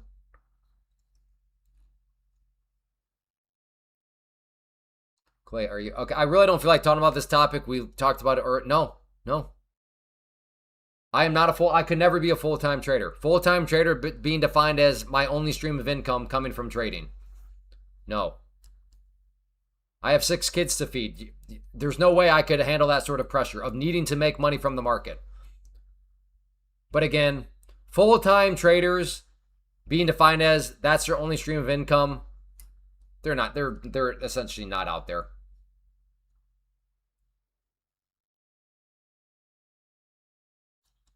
I hear you, Lance. Yeah, and I hope you do it. How about 3 streams of income with day trading, swing trading, plus investing? Are you saying each one of those is a stream of income?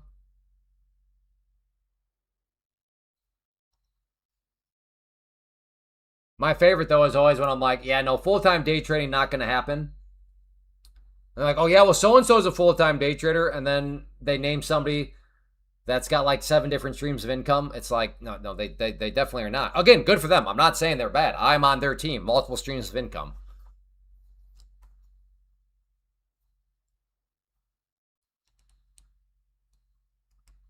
Or my favorite though is that one guy who just yaps and yaps and yaps, and man, he loved to tell us all how he was a full time trader, blah blah blah. To his credit though, at least he was honest.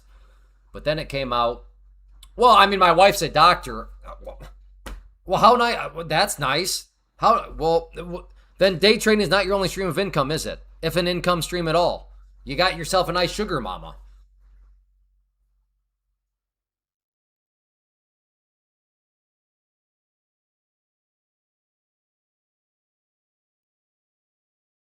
Oh yeah, I've seen that one guy, no soup. That is so like, that just proves that a sucker's born every minute. Yeah, stuff like those are the people, and maybe I'm in the wrong here. Maybe I'm in the wrong. But the people that get like absolutely reamed and taken advantage of by people like that, it's like, I don't feel bad for you. Like that is just so obvious. Yeah, I know exactly who you're talking about. Like if the people that fall for that, they deserve it.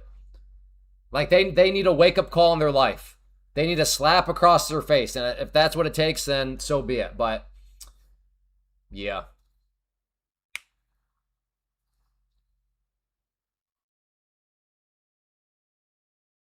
Again, they're monetized, Lance. I guarantee you. If there's a YouTube channel, there is monetization there in one way, shape, or form. 100% guaranteed. Because that person is a smart person. And that person realizes if I have an audience, let me make some money off it. Again, good for that person. Good for that person. They are multiple streams of income. But no, Lance, I guarantee you, there are. It may not be obvious, but it's there somewhere. And again, good for that person.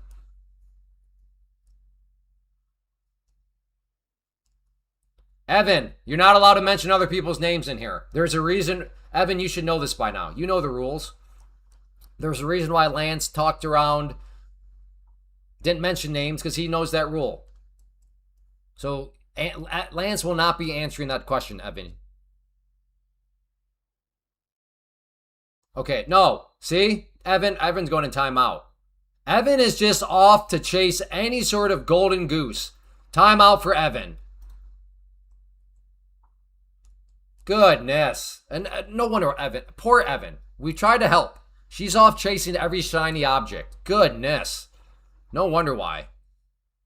I think Evan's still here. Evan, did it ever dawn on you that maybe you're suffering from shiny object syndrome? Where as soon as the shiny object, oh, let me go after that. Oh, really? There's this person. Let me go after that. Shiny object syndrome. I don't know if it's a clinical term, but it's my term. It is the disease by which you're constantly trying out new things every 4 days. Like any little shiny object. Ooh, I'm going to chase that.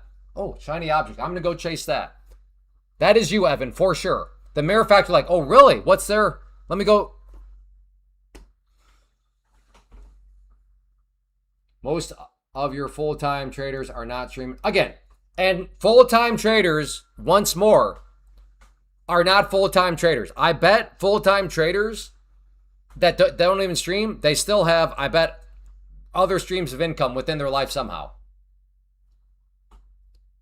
Because like somebody that is really good at trading, I bet understands numbers. And I bet part of their numbers, they understand many streams of income. Again, I have Mr. Wall Street. I've specified a very specific definition. Full-time trader being defined as only stream of income coming from trading. That is what I'm claiming. Yeah, sure, there's outliers, but basically impossible to do. Which is why my premises aim to have multiple streams of income. Be a full-time, be a professional, multiple income stream creator. And for all of you here that have a day job or a job, good job. You got one stream of income already. Keep building. You're on the right track.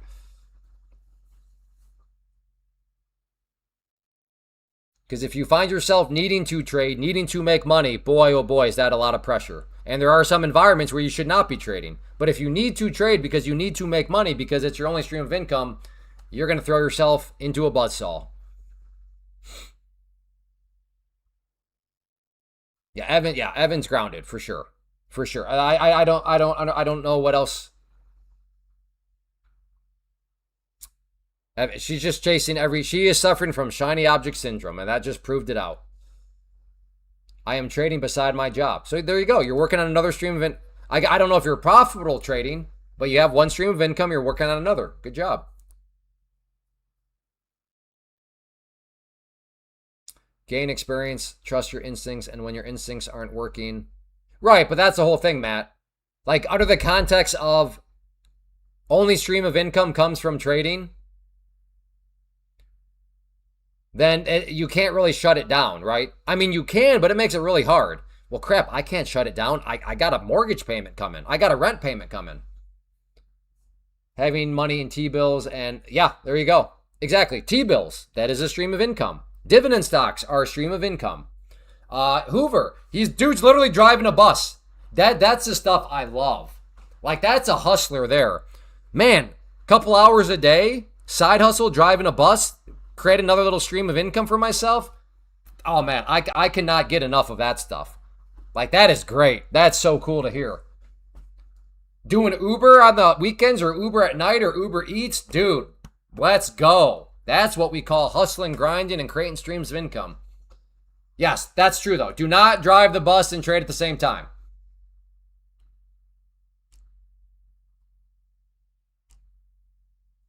And that's fine, Lance. What I'm saying is there are other streams of income in some way, shape, or form.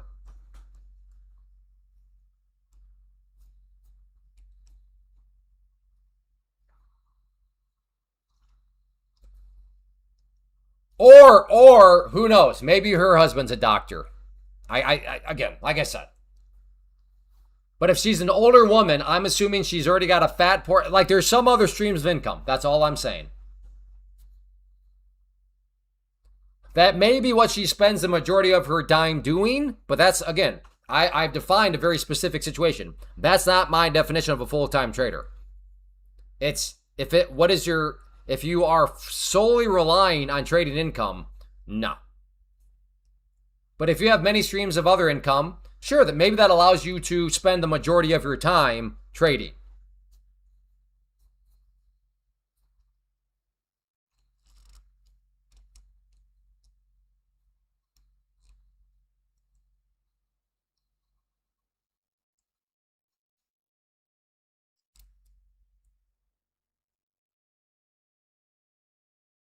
Yeah, no, Soup. Nah, nah. We are still on this topic of income. Yeah, Kevin, almost like it's a super, super important topic. Did that one ever cross your mind? In fact, Kevin, it's the most important thing. Because you ain't making it.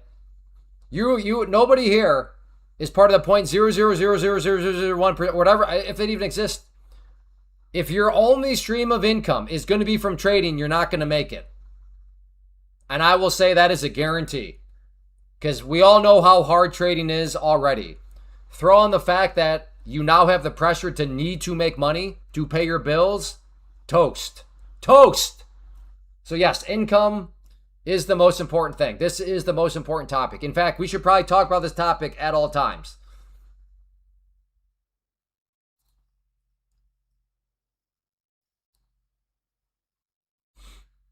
I was minus 808 when I came back. Hey, good job, Kev or Jay Keith, chipping away. I also appreciate that. It sounds like you're holding true with what you said. You said, no, I'm not looking to get back to green per se, but if I see some good trades, I'll take the trade and chip away. Pressure makes diamonds. Uh-huh.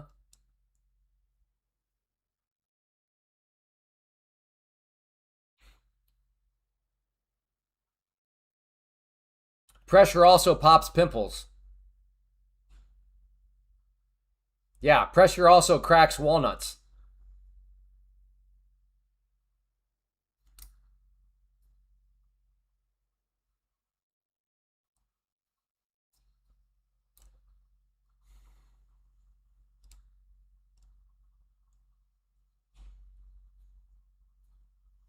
Yeah, no, Evan. Let me put it this way: if somebody's like, "I'm gonna quit. I have no savings. I have no other streams of income, but I'm quitting. I'm gonna become a full-time trader as my only source of income," and I like that pressure because without pressure, you can't have diamonds. I'm gonna be like, that is the worst coping mechanism I've ever seen. That is no. That is a bad justification mechanism. That pressure is going to help you be a better trader. No, it's not. No. No.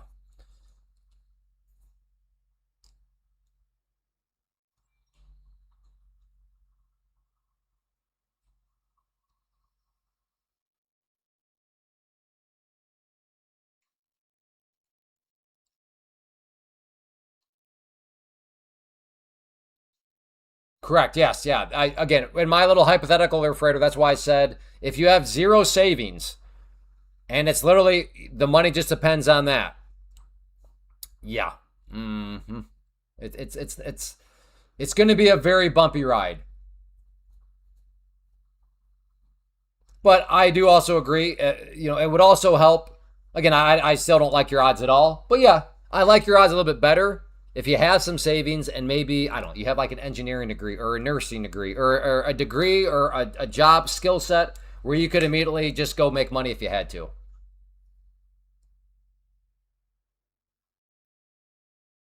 Again, I still don't like the odds of that. But I will concede those are better odds than really having zero skill sets, no savings, and then you're like, let me just make all my money from trading. The only analogies allowed are Clay's. What? People make analogies in here all the time. So CDP, for that dented just lie, you will be sent to timeout. There we go. See you later. The amount of, in fact, this place is like known for analogies. What are you talking about? What is it about the E-mini NASDAQ that you like so much? It's not necessarily the E-mini, Slay. I just like the movement. I like more volatility, but that doesn't mean it's right or wrong for you. Like some people love the ES and bless their hearts. ES sort of puts me to sleep, but that doesn't mean it's wrong for you or somebody else.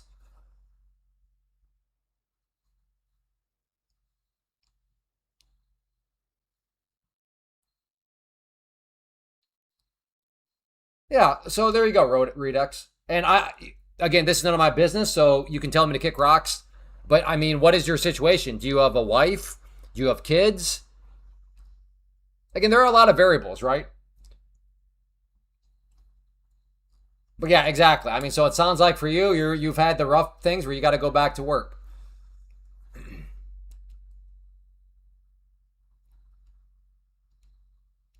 Again, but even the people that work on Wall Street floors, that's still a little bit of apples and oranges. Like Wall Street traders, that's not, again, apples and oranges.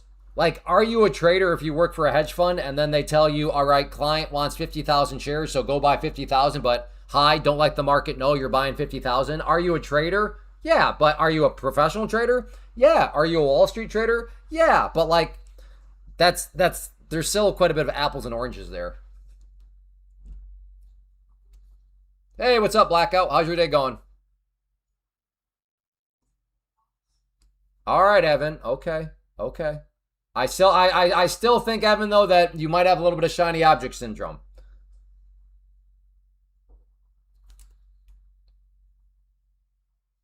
At the end of the day, if your plan is I want to do trading as my only stream of income, so I'm going to quit my full-time job and I have very little or no savings, all I'm saying is statistically speaking, you might have a better chance of playing in the NFL. Nope, I'm a lonely. I didn't say you're a creep. So yeah, right there again. Even so, thank you. So even Redox, he's already admitted, man. I've done it on my own, but man, I've had some years where I got to go back to work, and that. But he's also, so think about it, and he's a single guy too.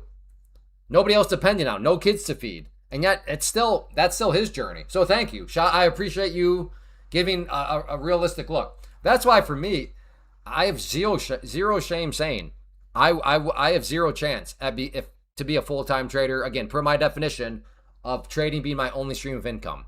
With 6 kids, zero chance. There's no doubt in my mind. No. Nope. That'd be way too much pressure.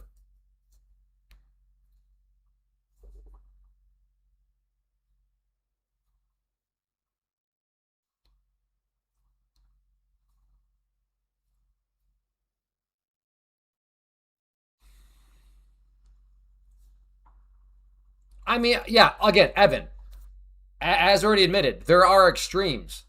I would count this as an extreme. Hey, family, we're moving to Mexico because daddy wants to be a trader. And I do concede, by the way, trading does become easier if you're trading from Mobile, Alabama compared to Los Angeles or New York or Chicago or Paris or name other city with high cost of living, right?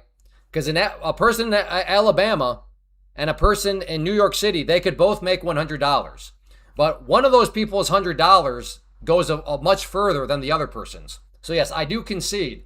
I do concede that somebody in Mobile, Alabama has an easier job than somebody in New York City. But also, back to my point, that seems kind of extreme. Hey, family, daddy's moving us all to Mexico so that we can have a lower cost of living so that he can be a full-time trader. I guess maybe that's possible, but like that does seem kind of extreme. So yes, there are extremes to all situations, but like generally speaking, what I've said, I'm willing to die on that hill.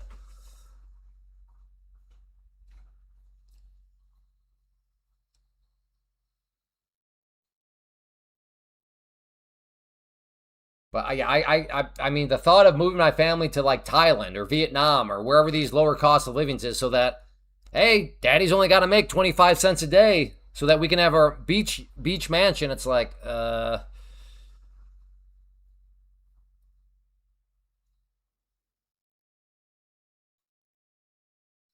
okay. If his wife is Mexican, then that's a little bit different. And they, okay, yeah, exactly. That's why Kyle lives in my basement. By the way, Kyle, I'll lower you down your rice and bread in a couple minutes down in the pit.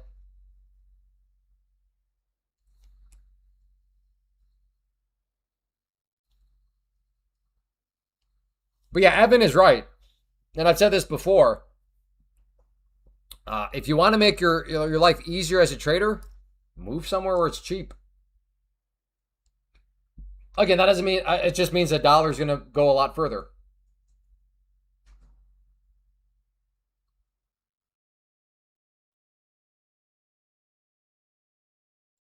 But if yes, exactly, yeah. I mean, you do have to be profitable, but like you depending on where you live, you don't have to be as profitable. But yeah, you're right. If you're not profitable anyways, then yeah, it doesn't matter where you're going to live because by definition, you're not profitable.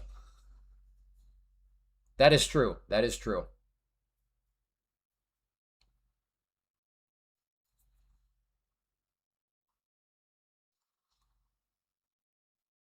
I swear we've been on this topic. Okay. I know one of you are about to probably rage bait me. They're gonna somebody. One of you is thinking about it right now. All right, I'm gonna rage bait Clay. I'm gonna ask. So, are you a full time trader? I know. I know. One of you are thinking it. So you might as well just ask it. You might as well just because I know. So at least one of you are thinking of asking that question for the rage bait. Yeah, no, it's yeah, exactly. It's coming.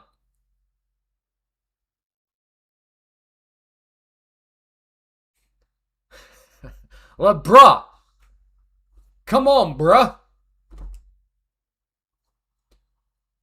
No, I don't trade meme coins. I'm 26 and I am full time sports betting and trading. I mean, maybe. I bet you have other streams of income though. But I don't know, 26. I don't know. Are you a single dude?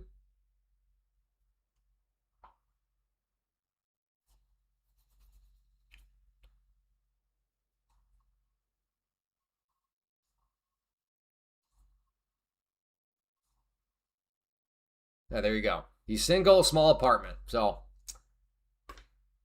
like I said, there's always but I don't yeah, I still don't think that. Are you telling me you don't have a dividend portfolio at all? You don't have any savings?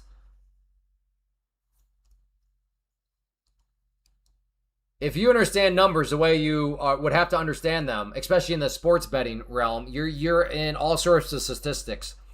There's no way that you don't have other streams of income because you are a numbers cruncher.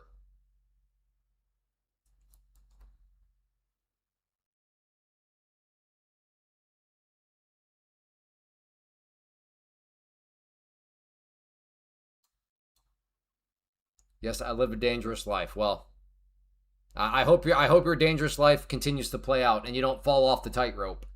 Because it sounds like you don't have a net. Short the bounce? I don't know, maybe.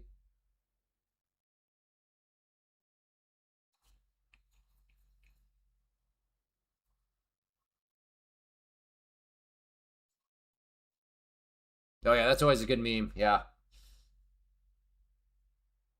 I always like the one. I think I've done a couple too on my social media across the years. Like, or like 9:30 a.m. You show somebody all like clean and blah blah blah, and then 4 p.m. Eastern, and it's that same person, and they're all like bloodied up, and I like that one too.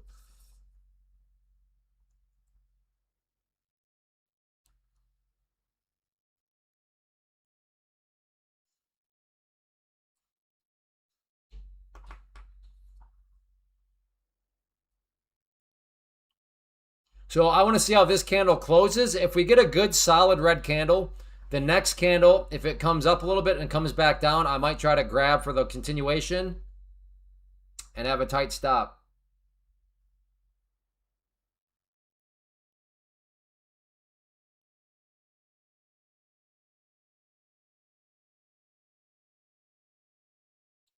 You think we... All right, you are on team Matt. Matt made that call, I don't know, what, about an hour ago? So Double A is joining team Matt. I'm open to the idea, but I'm also, I'm in politician mode. I'm not willing to commit to it. Going along here, I think bear trap. All right. Like I said, I'm glad I waited for this candle to form because we are not getting the solid red candle that I was wanting to see. So I'm glad I waited.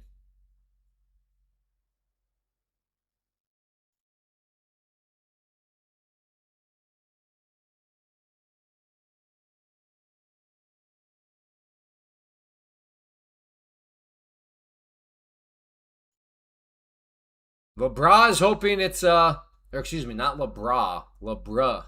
LeBra is hoping it's a bull trap.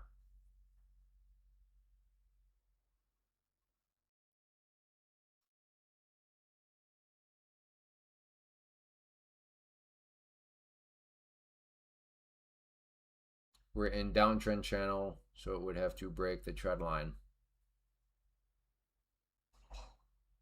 Well, it depends on your time frame. I bet if we were to look at a 15-second chart, we'd probably, in fact, I bet we'd see a nice uptrend here. Let's see.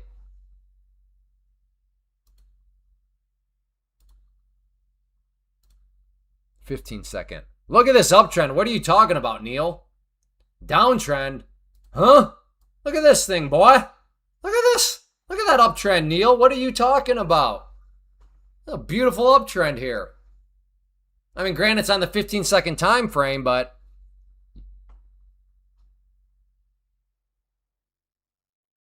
that's why the learning lesson deal there. Context matters, folks. Because it may be an uptrend for you, but who knows? Somebody else, it might be a downtrend.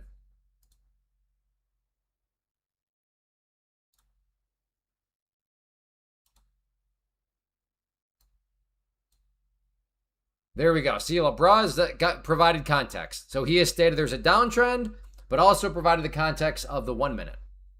5 minute. I would agree. On the 5 minute, that does look like a downtrend has established. I agree there.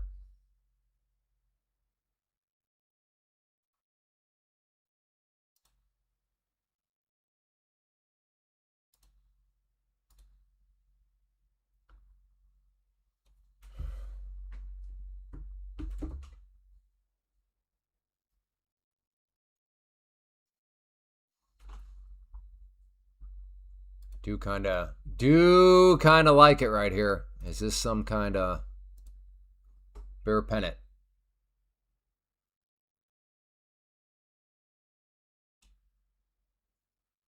Seeing a gap on the 15-minute that needs to come down. Now, okay, Evan, here's another little free lesson. Nothing in this market needs to happen. If something needs to happen, that means there's a guarantee. There are no guarantees. So no, nothing needs to happen. Gaps definitely do not need to fill. Do gaps fill quite a bit? Sure. But does that mean they need to fill? No. That's one of those breadcrumbs. Anybody that says something needs to happen is leaving a breadcrumb. Now, they're more of a newer person than what they're leading on.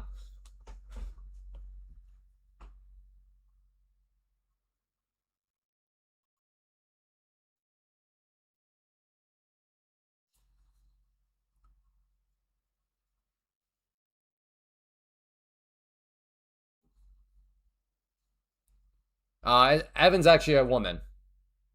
So she's talking about the gap on May 5th? Stop. No, stop.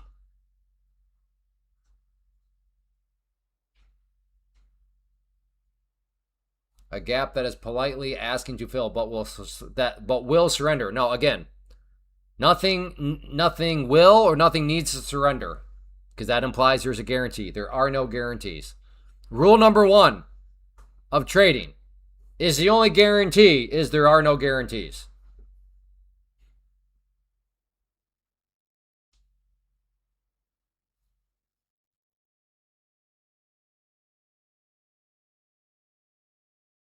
Yeah. She's nice about it. I called her a dude too, and she was nice about it. So she, credit where credit's due, she doesn't like throw up the victimhood card. Are you sexist pig? Who are you to presume you know me? No, she's cool about it.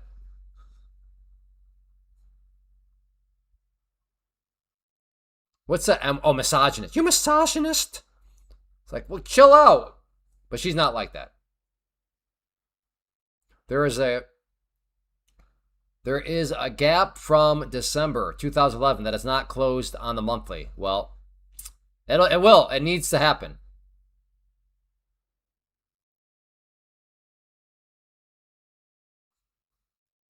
How are you? I don't know. How are you planning on trading it, LeBron? You tell me.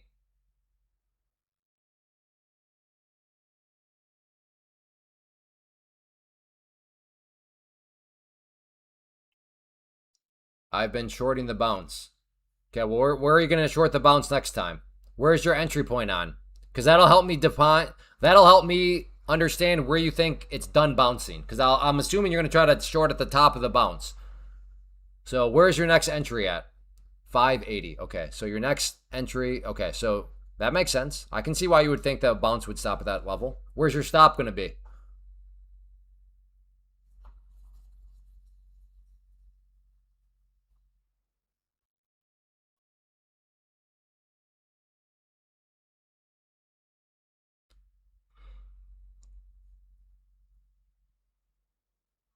Huh. I haven't thought that far. Oh, well, that seems a little sketchy. You might want to figure that one out, brother.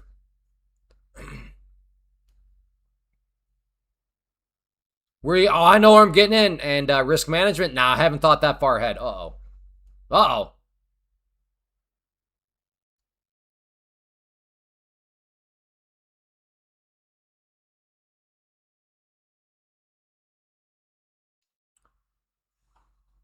I'm going to that side of the busy street. Yeah? And how do you plan on managing the risk of making that happen? I haven't thought about that yet. I'm going, though. Uh-oh.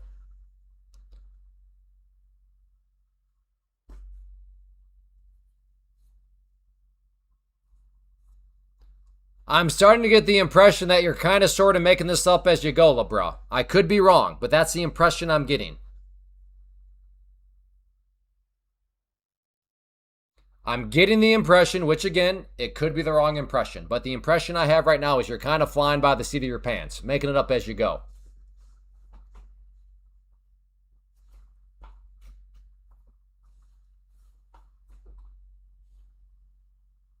I have an order into short if it makes a new low on the 5-minute.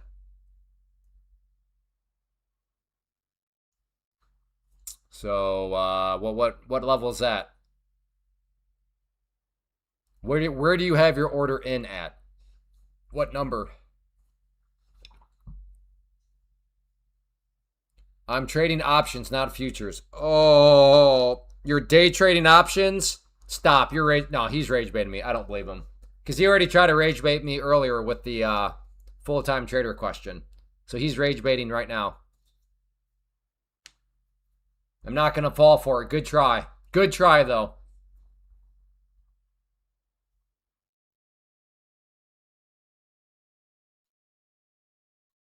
No, I only asked for a rage bait in the full-time trading regard. Okay, if you are trading NDX options, that is like mathematically very easy to prove stupid. Again, I used to do it too. So I was once stupid. But the math illustrates you are not going about things the most efficient way possible. You're making your life harder than it needs to be. Yes. Do you like theta? Do you like having to worry about theta? Do you like needing pinpoint entries because of theta? Do you like that requirement? Or would it be nice if you could like have a little bit of grace when it comes to entries? And I'm freaked out, by the way. If you're trading NDX options with your own money and then you have not thought about stop losses, you are just begging to get absolutely destroyed on NDX options. So you're either just, again, rage baiting some, or you're a newbie and you don't know how bad it can get. But NDX options and not having even thought about stop losses is the epitome of asking to get absolutely crushed.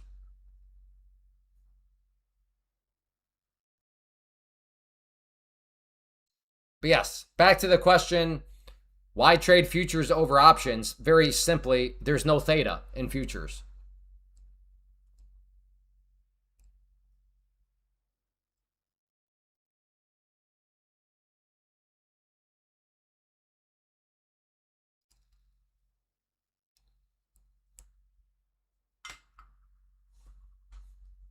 Like I'm actually cracking some walnuts over here. If you're being serious about it, I trade NDX options with my own money, which would be the requirement because there's no prop firms I'm aware of that allow you to trade NDX options. And then you have not thought that far ahead about risk management. If anybody's ever, okay, I think NDX options. Let me check. Yeah. NDX options. That's what I was trading when I got cooked for this $4,500, which happened very, very quickly. With Weeble, oh my goodness. Stop. All right, I don't believe you. You're rage baiting. Good job. I don't believe any of that. That's way too crazy for it to be serious. You're totally rage baiting me, and I'm not gonna fall for it anymore. Good job. Shout out. You got me. You got me.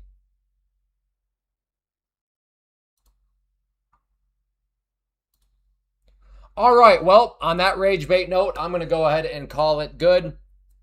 So if you enjoy the live stream, if you want to help support it, help keep it ad free, and just flat out help the live stream keep on going day in and day out, then this is totally viewer supported. And the way to support it and save yourself some money is to use code CLAY, which is case sensitive, so it's got to be all caps. So any promotion that any of these prop firms are running, code CLAY will give you that promotion, will help save yourself some money. So it's a good win-win for you. You're not only saving money, but you're also at the same time you save money. You're helping to keep a live stream you enjoy both ad-free and then just keep the live stream itself going. So I recommend, I love Take Profit Trader, but I do understand some people are wanting to trade across multiple prop firms. So in that regard, any of these prop firms, like I said, code CLAY will give you the discount and help you support the stream. So that is it. I'm going to head out. Time to go work on the roof some more. I'll be back tomorrow at 11 a.m. at the latest. So if you're not yet a subscriber, make sure to subscribe and then turn on notifications because I usually do show up earlier. Latest I'll be here is 11 a.m. But if you want to know exactly when I go live, then code CLAY will help you, then hitting that notification bell will help you in that regard. So thank you everybody for being here. Code CLAY, all caps, hit that like button. See everybody back tomorrow. I guess tomorrow's Friday, huh? So yeah, see everybody back on Friday. Take care, everybody.